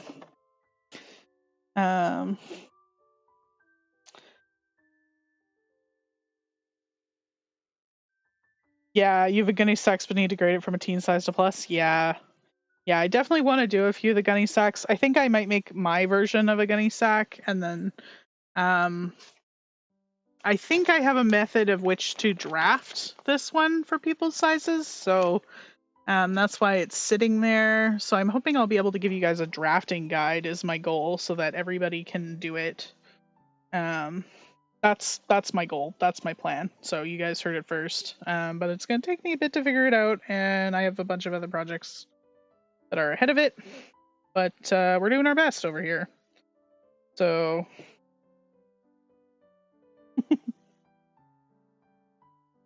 all right. Oh.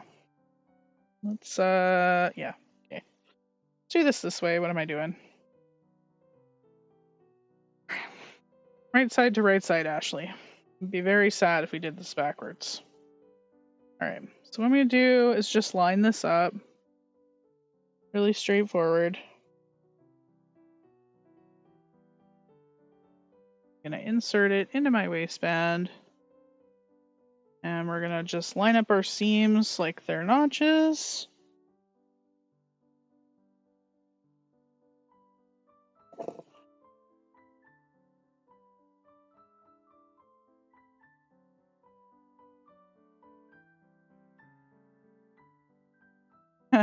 Have to be willing to do things badly in order to learn to do them better. Yes, exactly. Exactly. You aren't good at things overnight. So it's good to start at it's good to start where it's low stakes, Don't make it any harder on yourself than you have to. And even for me, like, you know, this is something I know I like and then I'm gonna wear and I'm gonna make again, but only because I've made it before. And it's a really easy project. Like, this would be a beginner level project, and I've just gotten better at it over time. And it doesn't mean I don't make things that are easy anymore.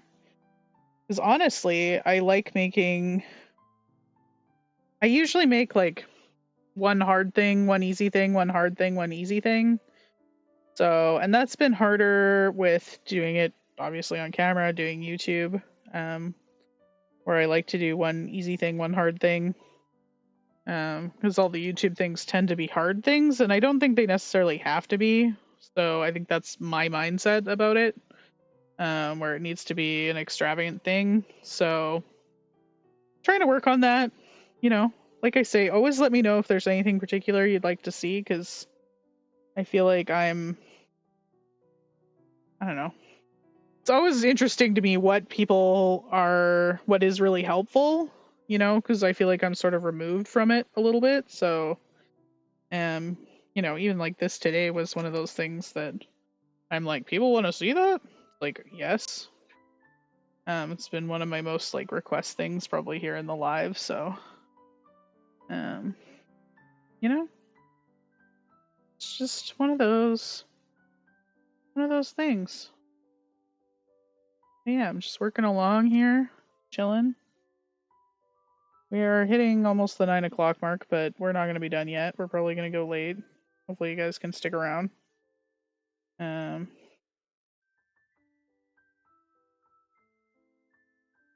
but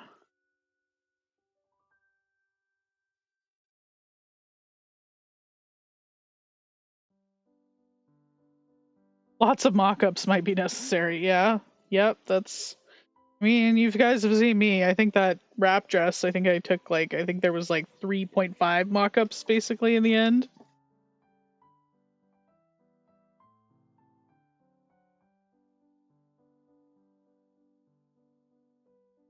Next project is Gunny Sex inspired, but I'm not using one of their patterns. Using a modified Lemoire because I already made it. Yeah, no, that's exactly kind of what I'm thinking about doing. Not using the Lemoire, but basically that idea where it would give you the similar look. I'm actually thinking of using the Upton dress, actually, speaking of, so I think it'll work really well.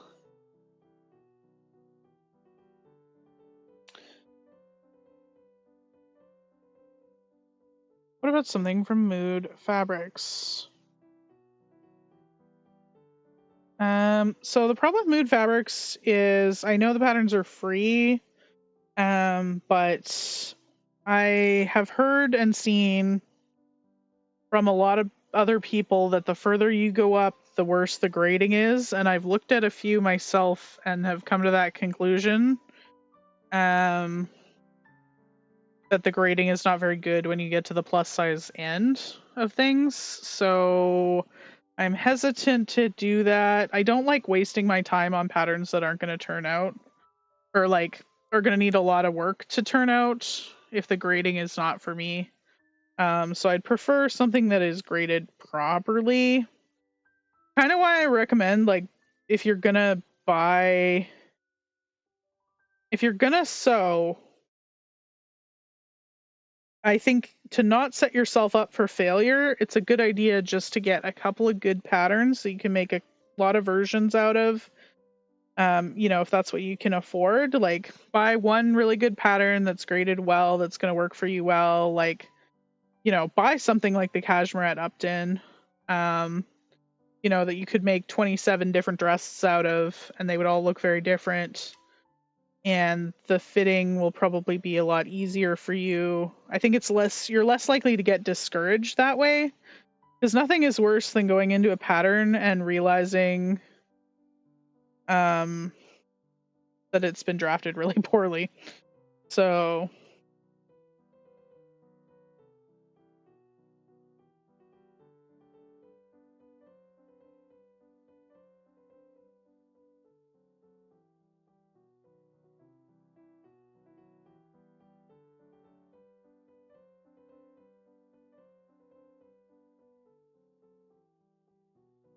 Have you tried bootstrap patterns? I have not. I have not, but it's on the list. If I can get around to it, there will be a project this summer that has one. But we'll see how we go. See how we go. I feel like I already have too many. One of those things where I have more ideas than hours in the day. But I am really hoping to get to doing one of those for sure, because I'm curious to try it. Because they do have some slopers and stuff, and I think that would be really cool. Because I haven't had a lot of luck with slopers in the past, so I'm curious. But they are a bit expensive. It's definitely like, I think it was like $20 some American when I looked for the bootstrap patterns. So really try one and see. I should have done that actually when I ordered patterns. I forgot. Annoying. But it is on the list for sure. I do want to do one of those. They have this really cute puff sleeve one that I want to try. See how it is. You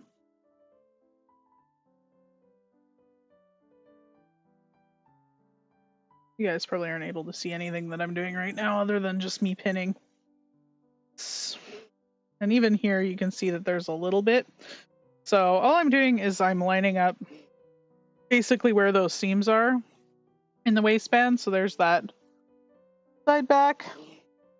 And then I've got it pinned to that side back here, making sure that I'm lining my seam allowance or my seams up here really well. And doing that first and then just working across. Now that we're to the center here, you can see even with doing that stay stitching, there's a bit of slack in here, and you're pulling a curved thing to a straight thing. So you can just kind of, I mean, it's pretty good with the stay stitching in here. You can kind of just work from the center out. Just getting it, oh yeah. Yeah, it's basically just the problem with attaching a curved thing to a straight thing. So that you're getting, like I lined up where the seams were there and then just worked from the center out.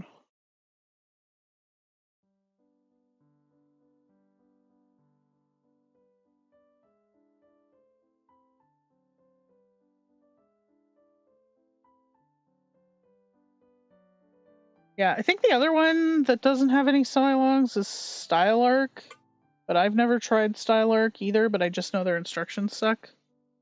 I think I was looking at the Hope dress on there, because that's one that Jenny from Punk Frockers podcast has made. I don't know if you guys follow her. Podcast is actually quite fun, but yeah, she made that one from Style Arc, and I was looking at it because it's another one that's got like 12 different variations on it. So again, once you got one fitted, you'd be good to go. So that one might be a good one to do a sew along on. I don't know. We're just brainstorming at this point. This is a whole new idea. Because I feel like I kind of have done that on the live streams, but I just didn't really like announce what the pattern was beforehand. And didn't really think of it as like, sort of thought of it as a sew along, but not like, I don't know. Thought of it as a sew along, but more like a hangout and maybe come back later if you make this pattern sort of sew along. So it's a really good idea to kind of do it as a sew along format. But it would be like Ashley's instructions are like guidelines method of sew along.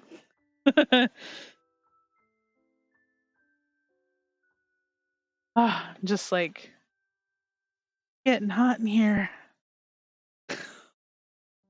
Dying. Fine.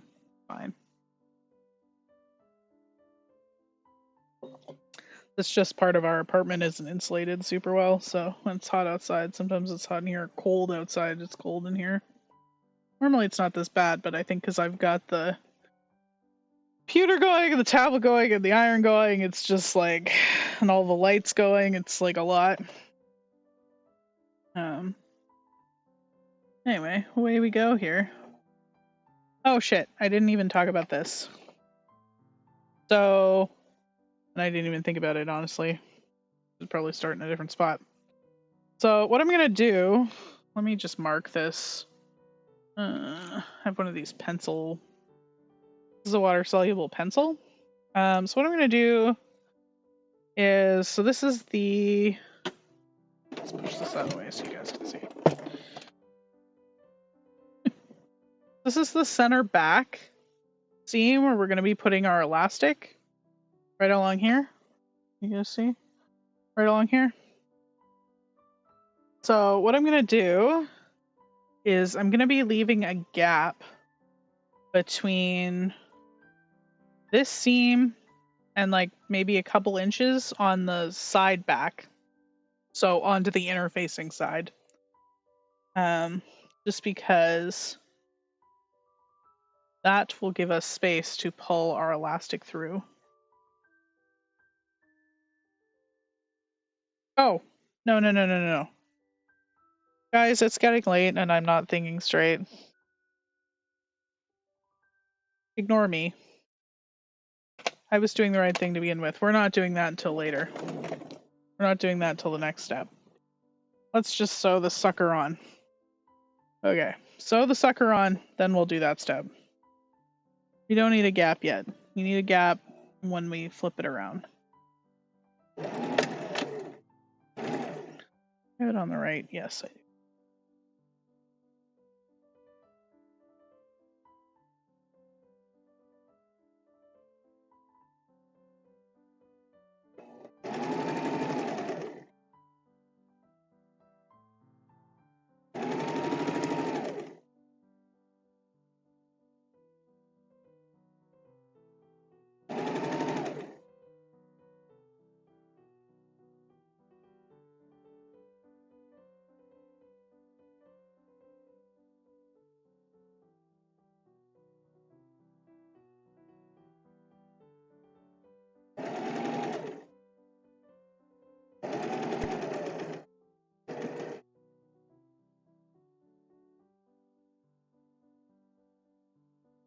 Sounds good. Okay, cool. Yeah, just ignore me and my mistake here. Just sewing this whole thing on.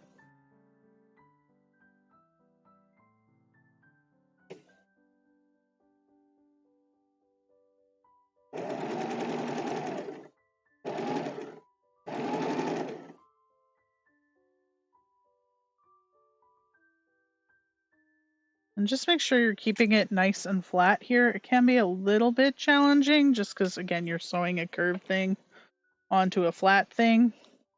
So it wants to curve towards, or it like wants to, I don't know, kind of flute towards the seam. So you want to try and make sure you're holding it away and that everything's being held flat as you're going through. So you don't get any tucks in your seam. I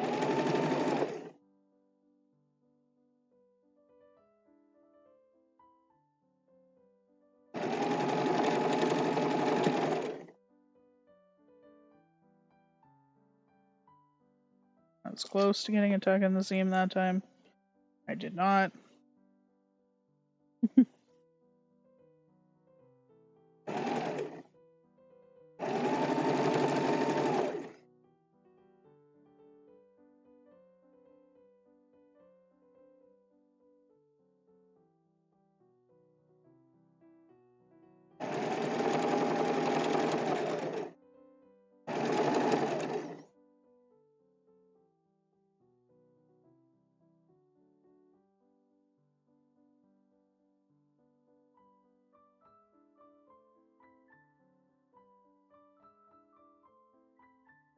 Dropping like flies yet? Are you guys still with me? I have a feeling we're gonna be way over time. I'm trying. Even with all my movie magic tonight, I still didn't do it fast enough to do it in one session.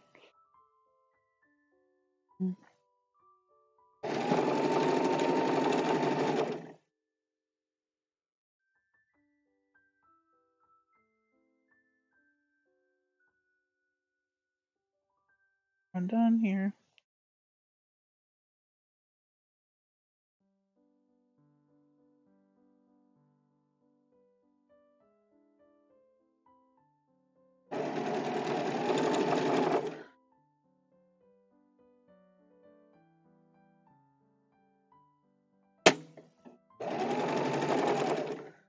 Oh, so I don't want to get anything caught here. Saw that flipping up there, that's the pocket.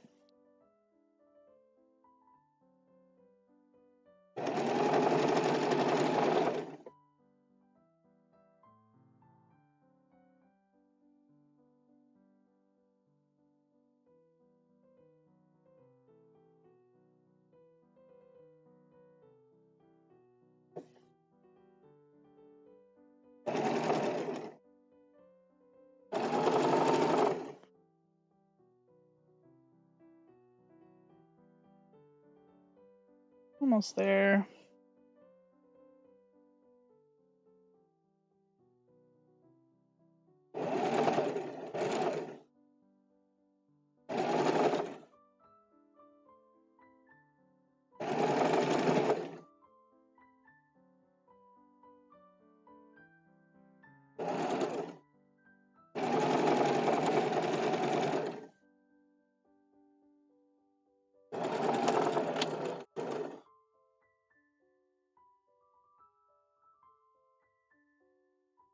Ugh.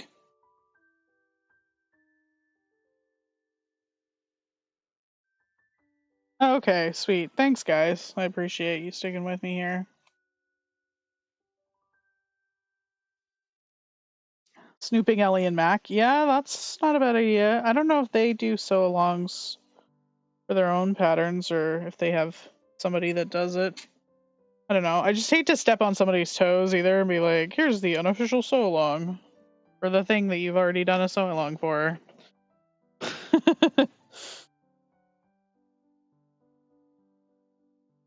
Why I'm like, who never does sew-alongs? Alright.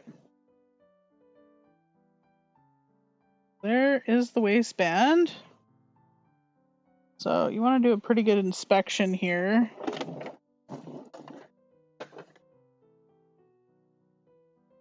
See if you've got any puckers anywhere. But I think I did pretty good this time.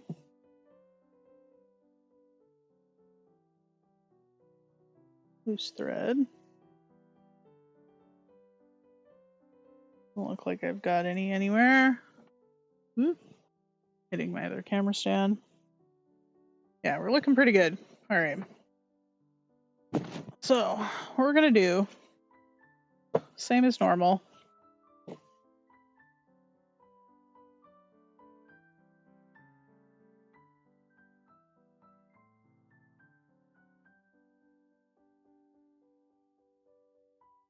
Is I am going to press the seam allowance towards my waistband.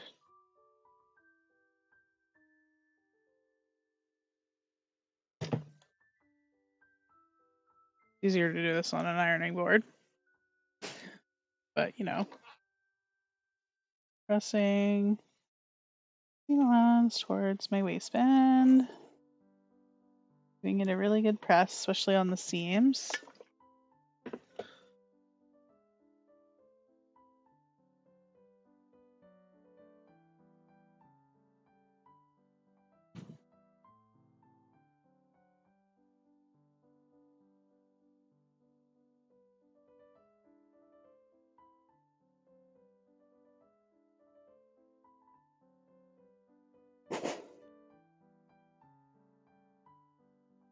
Even if you press in a bit of wrinkle on your skirt side, it's fine.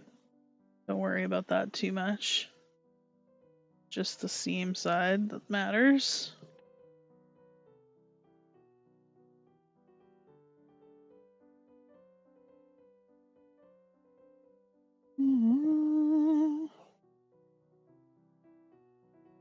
Sorry guys, I had my phone on the thing here.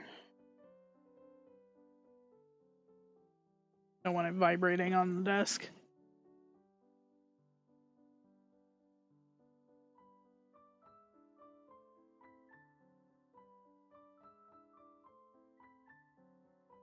The graceful is cute and seems to have good sizing. Huh. I'll have to go look at it and see. The other one I've got, I have a couple made for mermaids too. I think that's the sister of.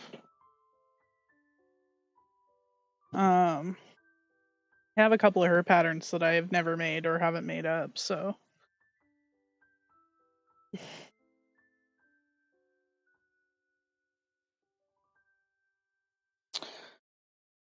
Oh, thanks, Jennifer. Trust your ability to do mock-ups solo. Great at fitting and patterns when I sew for others. Yeah, it's definitely a bit of a thing to do it for yourself. Having a big mirror is helpful. Having extra pins is helpful. Having some of those like little wonder clips can be really helpful too, because you can just sort of clip stuff and mark stuff. And I always use those. I always use a lot of markers. It's a lot easier to do it when, like, I always make mock-ups where I truly don't care. Like, even, I don't know, I don't really do wearable mock-ups kind of for that reason, just because I want to truly not care on any level so that I can mark them in pen and mark all over and mark where I need them. So, and I know that's not for everyone, but for me, it's just helpful for my brain space to be like, okay, I can scribble all over this thing and it's fine. Double checking from the side. It's as flat as we can get it here.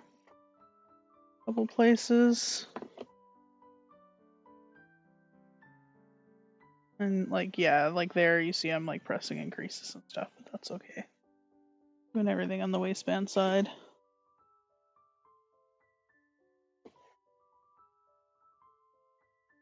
The back is fine. Let's see where it is. I just want to double check that we're getting as flat as we can here.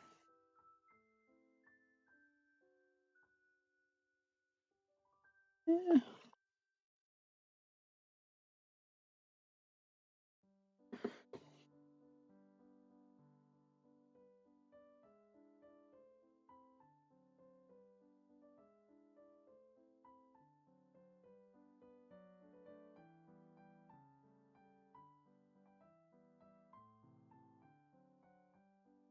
Love the color of this fabric. Like I might have to make some more things in this color. All right. Flip her back to the inside.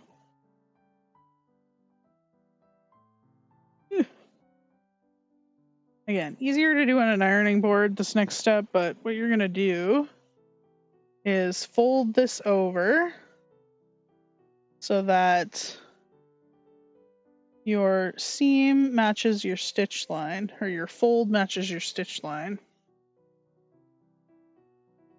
That everything is enclosed.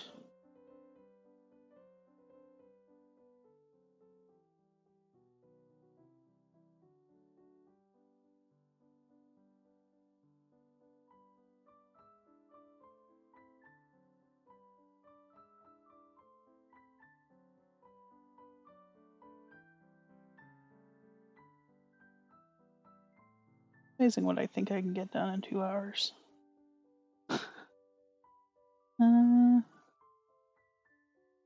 Okay. Just up to my stitch line there. Give it a bit of a press. I'm just going to pin it along as we go.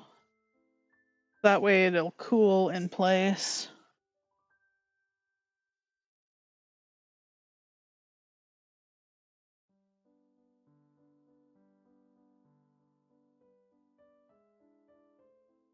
Doesn't need too many pins once it's ironed, but it does need.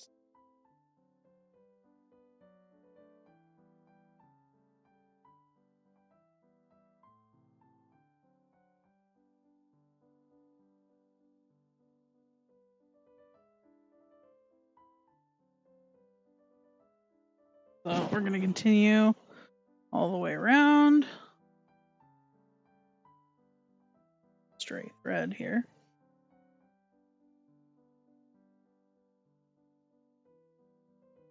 I'm even doing this in a place where you guys can see what I'm doing. It's a bit challenging on the ironing pad here.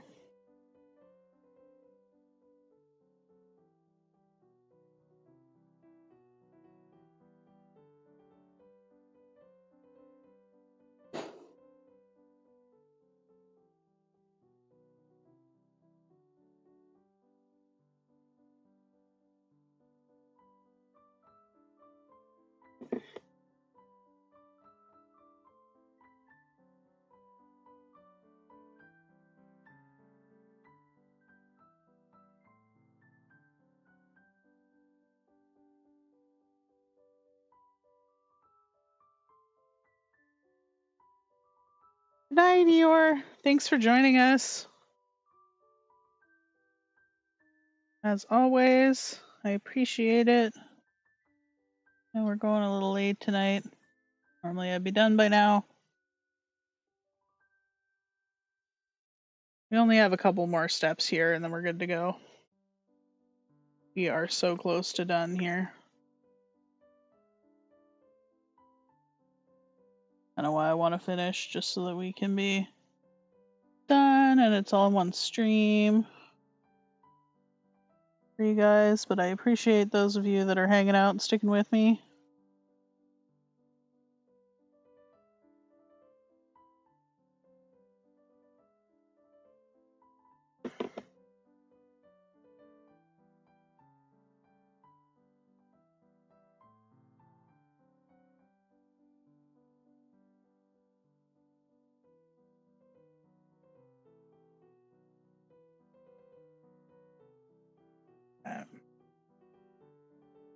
Cruising along.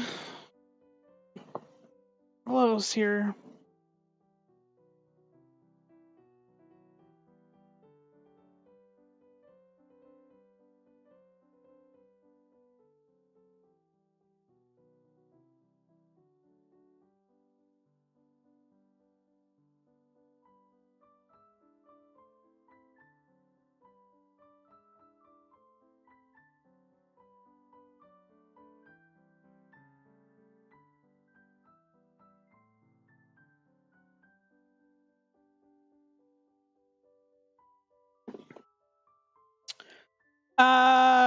Yes. So Jennifer said, should you use the fabric on the mock-up match the type of fabric in the finished project? So the answer is yes, sort of. So if you're working with wovens, most of the time you can get away with just using another woven fabric as your mock-up. You know, depending on where you're at with your sewing, you might want to make it out of the same thing. Like, you know, if you do it out of actual like mock-up muslin, it's not going to drape the same way, say, a rayon is. So, you know, you're probably not going to be pleased with how it drapes, but at least you'll be able to know if it fits or not. If you really want to see the full drape, then yes. But for the most part, the only time that comes into play, like where I would use something else, is for knits. Knits you kind of need, or like if you need a certain stretch percentage of like a stretch woven, like a ponte, that's really when that applies. Like if you need a stretch percentage, then you kind of have to use the same fabric. That's what makes wovens a little bit easier in terms of doing really detailed fitting.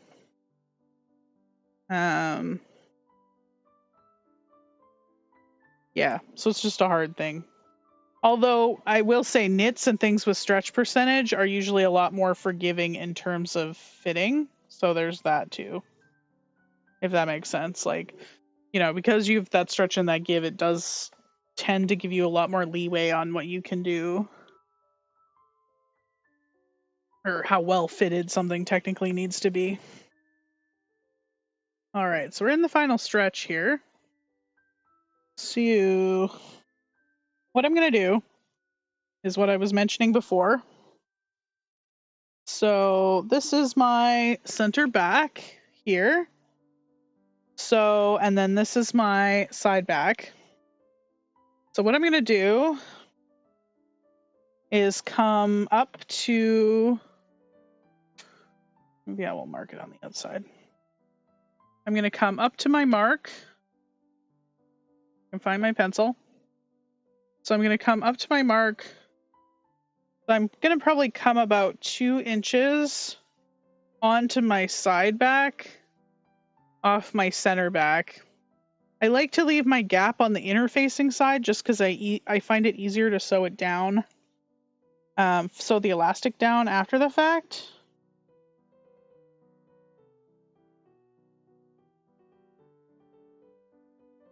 And it doesn't have to be precise. It's just like the bigger gap you need depends on how wide your elastic is. So like we're using this like 1.5 inch elastic.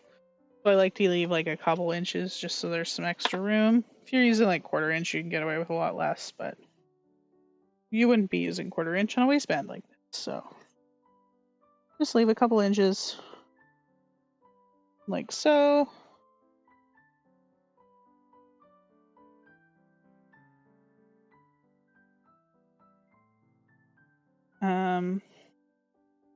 Okay.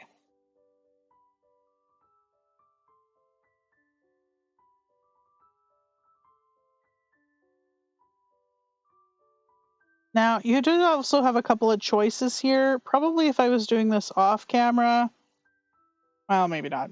Basically, depending on how lazy I am, depends on how I do the next step. So you can either whip stitch from seam to seam, and then from mark all the way around, put in your elastic, and then whip stitch it up again. That's like the nicest way of finishing it.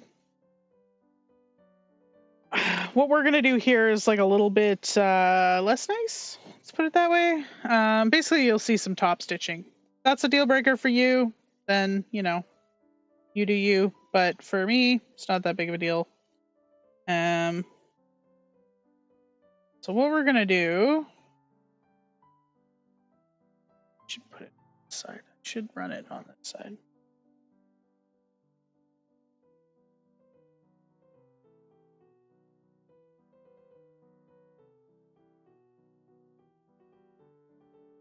So what I'm going to do is I am going to run around. Well, I might go around just because that's easier. This is not foolproof either. It's if you're like a beginner, I would do it the other way. I would do it the hand way. That's nicer. All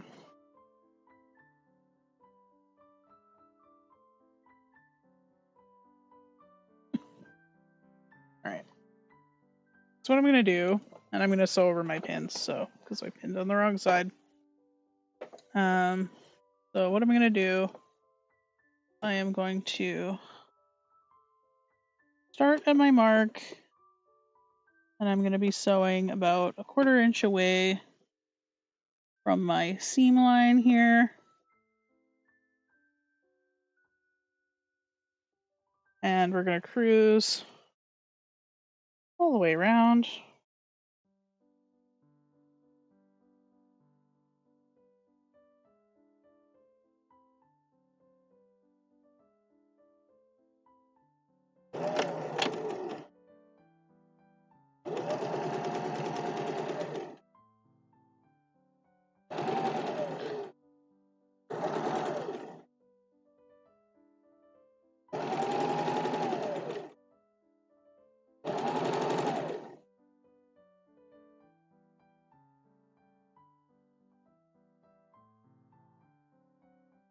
Mm-hmm.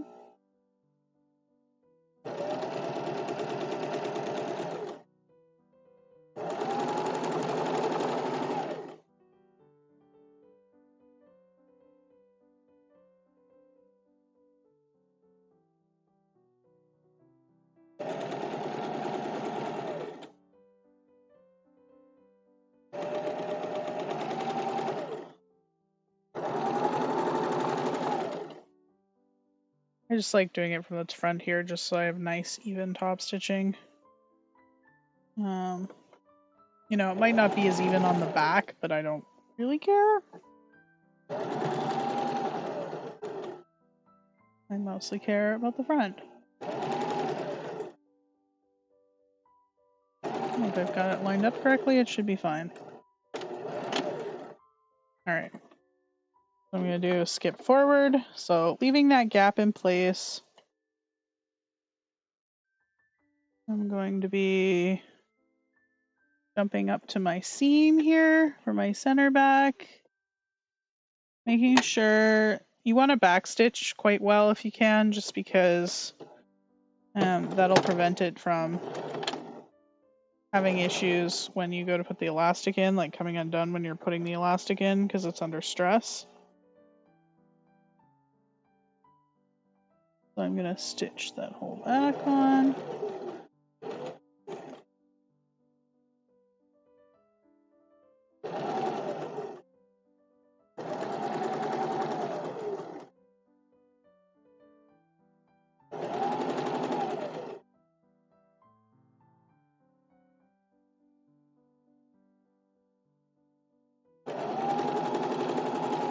Skirt's getting in front of the chat again, but let me know if I'm missing anything.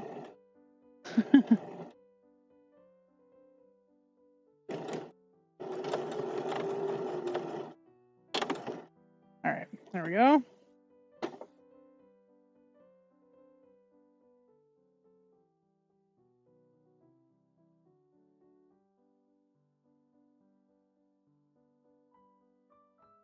Just gonna trim all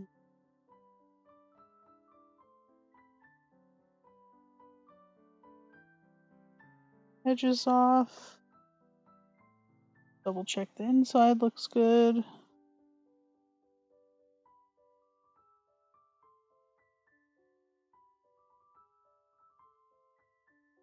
Yeah, we're good. Okay.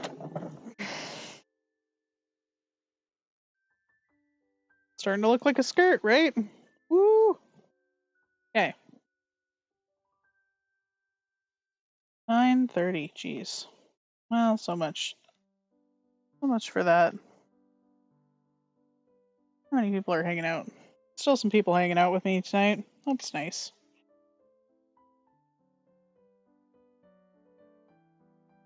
Keeping you guys up, but it's alright.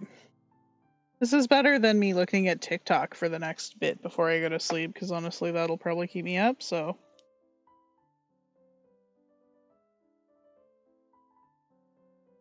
I miss a spot here. I did.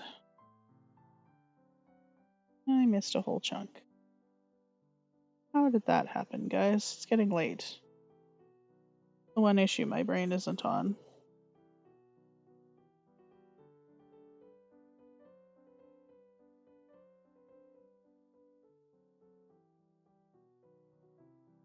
Well, I can run that section after. Alright, so how we are going to do this here.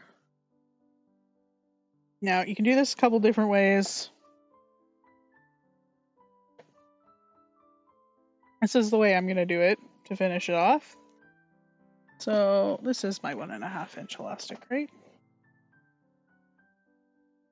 My little ironing doodad go. Ah.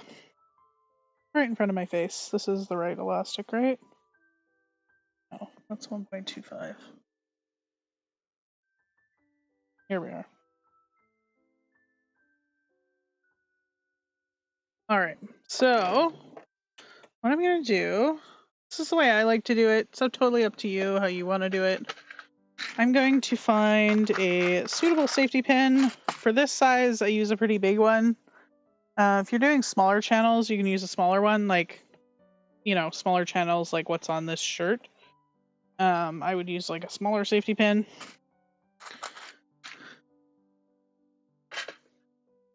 But what we're going to do is I'm just going to weave that through my elastic.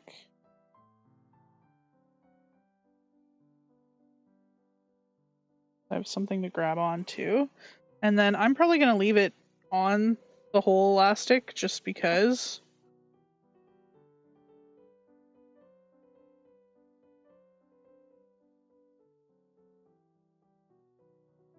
Other way. I'll do it out this other side that's bigger.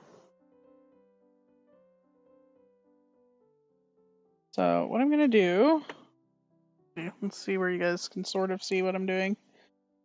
I'm going to thread the elastic in. The only trick is kind of getting it in between where your seam allowances are, so you can actually pull it through. And getting the corner through. Bit of a B. Getting it started is the most annoying for any elastic. Continue. So what you can do is, like, because I've got this safety pin in there, you can kind of feel it. I kind of just shove it forward, like shove some fabric onto it and pull this through. Once you get it started, we're past the seam allowance, it's a little bit easier. So forward, pull it through, shove and pull, shove and pull.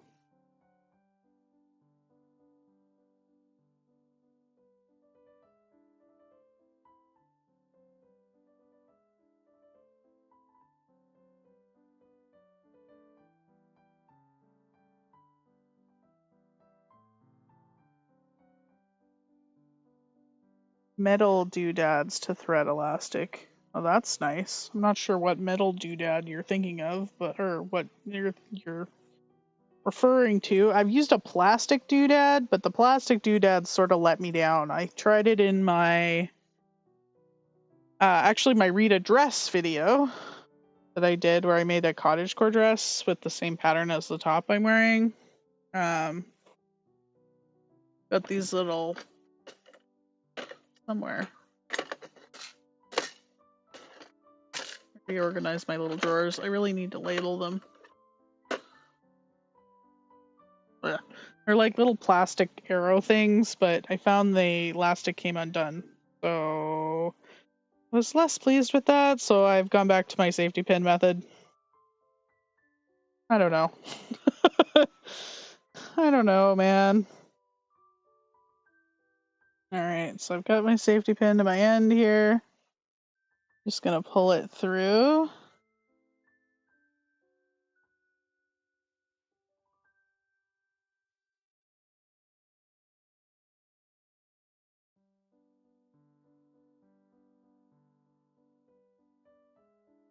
So I'm gonna unhook my safety pin. And I'm gonna leave myself a bit of a tail. Let me just pull on this a bit. I'm gonna leave myself a smidge of a tail. And then, whoop. Even that wasn't enough. I pulled too hard. Now I've done it. There it is. Bit more of a tail. There we go. This along here.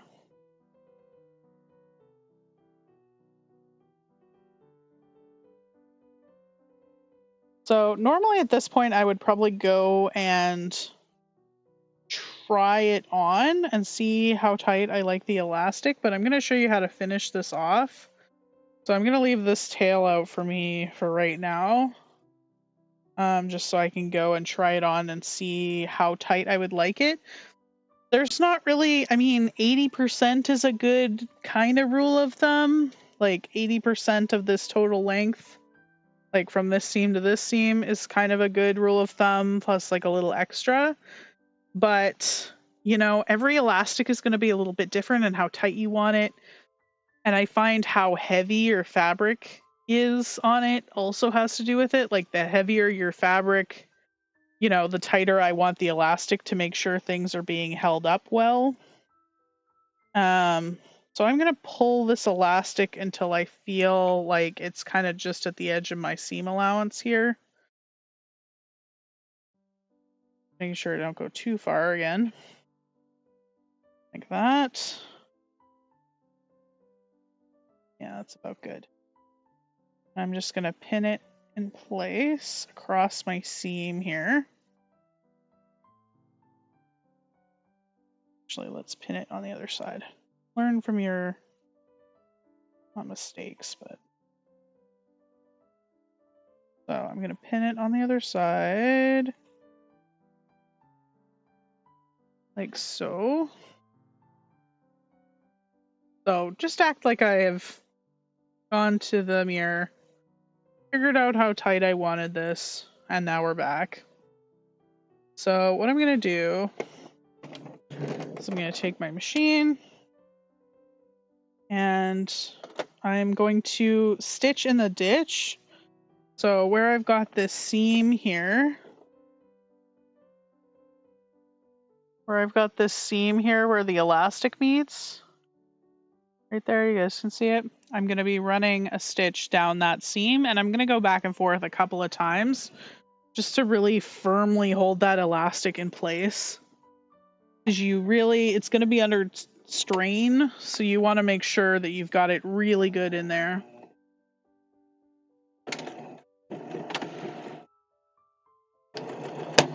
Whoop. Guys, I broke a needle. It's 9:42 and I broke a needle. I don't do it too often. This needle's probably been on here too long, honestly. Do we want to call it here? Do you want me to show you the very end?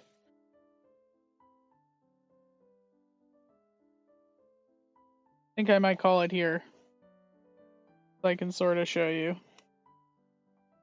And then I will finish it up myself. I did break a needle. Yes, I did. Doesn't happen. It's been a long time. Well, I got one right here. Alright, let's finish then. I don't know how old this needle is. Just fell off my shelf this morning. Or not this morning when I was tidying up in here. Happens to the best of us.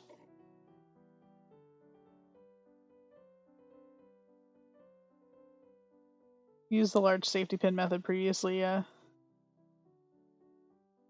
Collect vintage sewing notions as packaging. I'm a wealth of interesting but useless info. Hey, I love vintage notions. I just got a whole bunch. I was really lucky at our creative reuse center here in Austin. There's a bunch I found the other day. I'll have to show you at the end if people want to stick around. Because they're awesome and I'm really excited about them. And then I don't think I'm going to use them for this skirt because I don't think I've got quite enough, but we'll probably use them on another one. Alright, here we go. Fresh needle.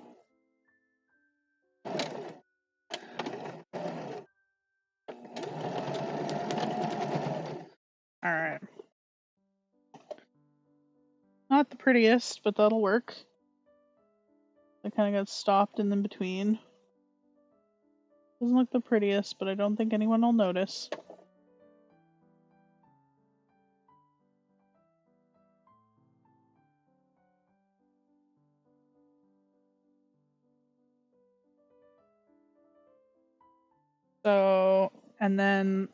So once you've got that, once you have stitched in the ditch, obviously I didn't do the nicest job because my needle broke. But I'm not going to bother ripping it out. I think that would do more damage to the elastic than anything, and I don't care. I'm just going to close up my gap, close up my elastic gap here. So I'm just going to, whoop.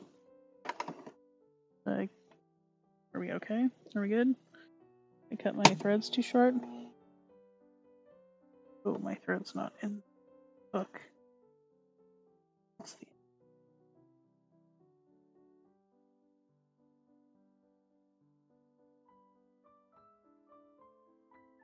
Find out if I can hook it.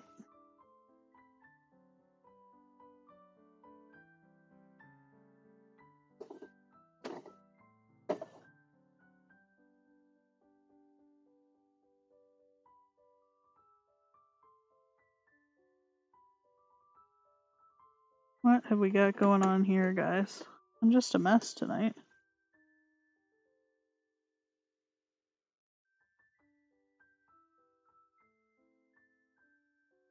I didn't rehook it, obviously, when I rethreaded.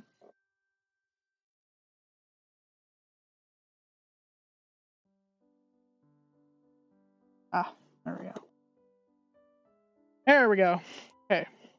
I have one step left, and I'm stuck on it.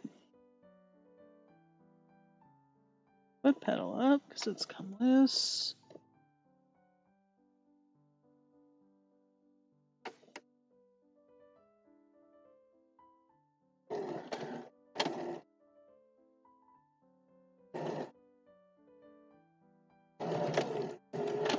Closing up that gap. And there we go. So this is done. Within reason. So that's how I add the elastic to the back.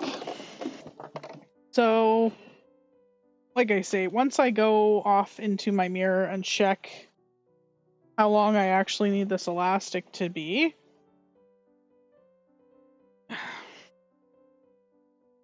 loose thread. So that's what it looks like.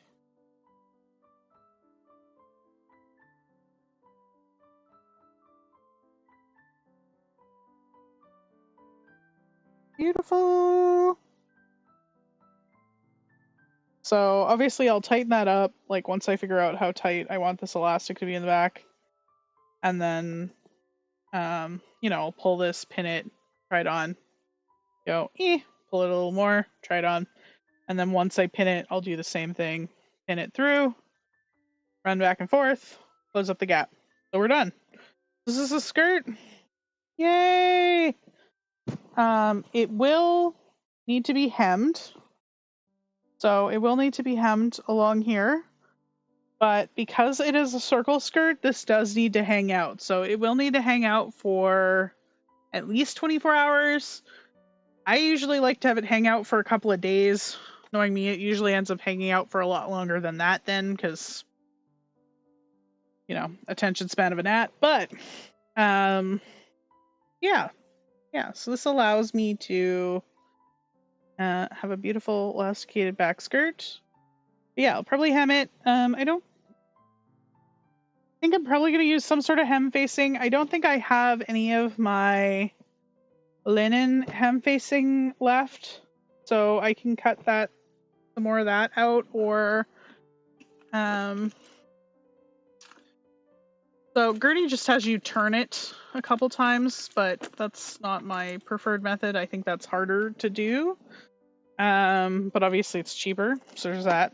But yeah, my preferred method is to use some sort of hem facing.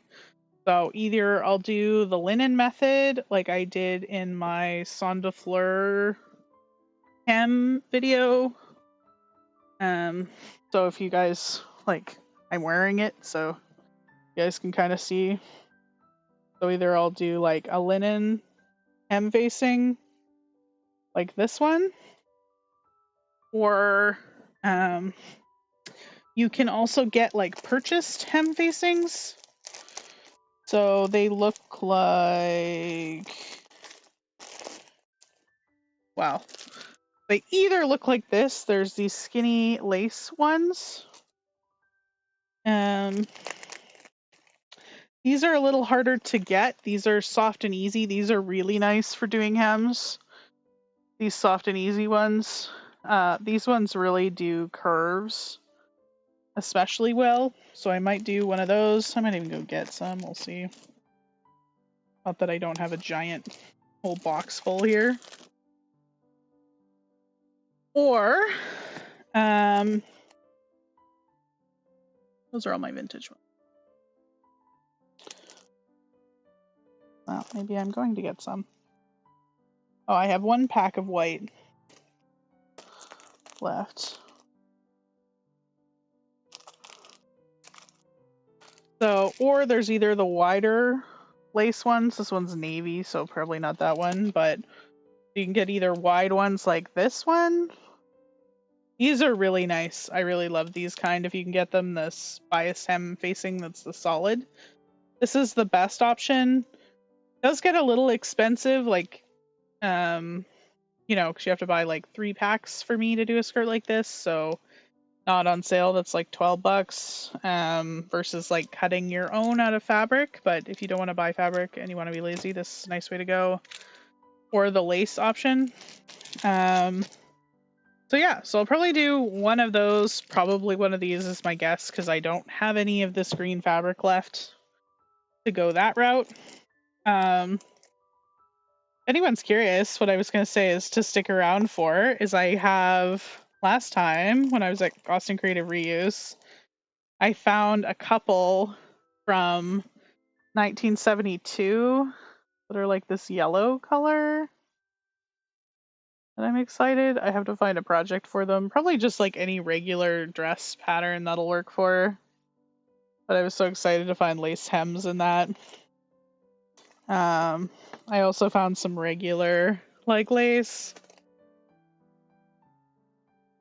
And look at this purple. Will it focus? Not on my face. There we go. But yeah, aren't those great? They're like from 72. But yeah, we're done with the hacks now. You saw the skirt. Oh yeah, this one is from 60. Yeah, we're hitting the bonus content round, so this one's from 60. It's like an orange red. It's really fun. Again, I don't think I've got enough. Well, 6 yards of this one, I might. And some different seam bindings. I think we've got... You can just see the colors that were popular, which is fun. This one say... I think this one said it was from late 60s somewhere, and I can't find the date now. But yeah, there's like a peach and an orange. And it's more of that mustard yellow. But this said it was actually an earlier year, I think, somewhere. But yeah, anyway, these are a lot of fun. But yeah, I was able to find them all at the Creative Reuse because I think a lot of people have them, and then, you know, people that end up giving their sewing baskets away and people pass away or whatever. But yeah, those are a bit of fun. So anyway, that gives you lots of ideas of like ways you could finish this off. That would be my preferred over like, ooh,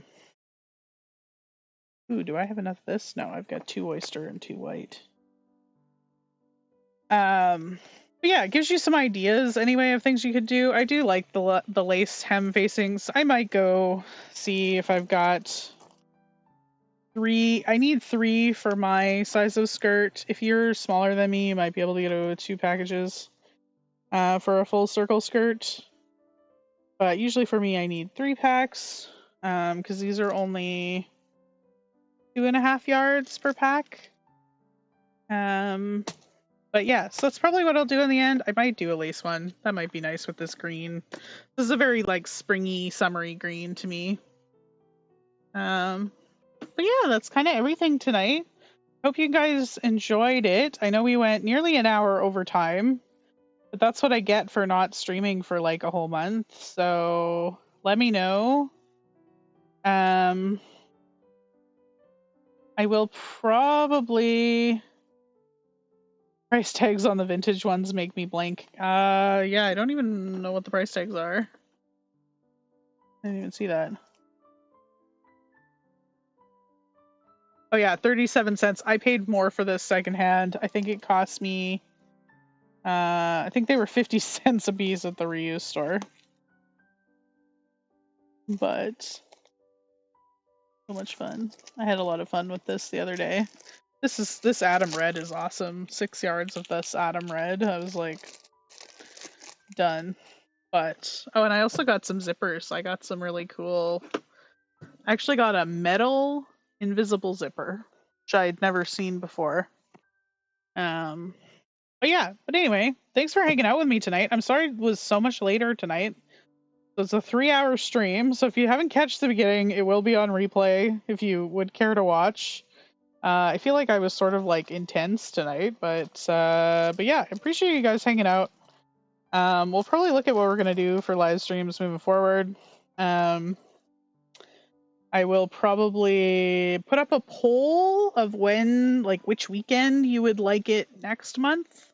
Probably not 4th of July weekend, obviously, but yeah, I'll put up a poll on the one when we're gonna do it next month, or I might try and get a guest for next month. We'll see.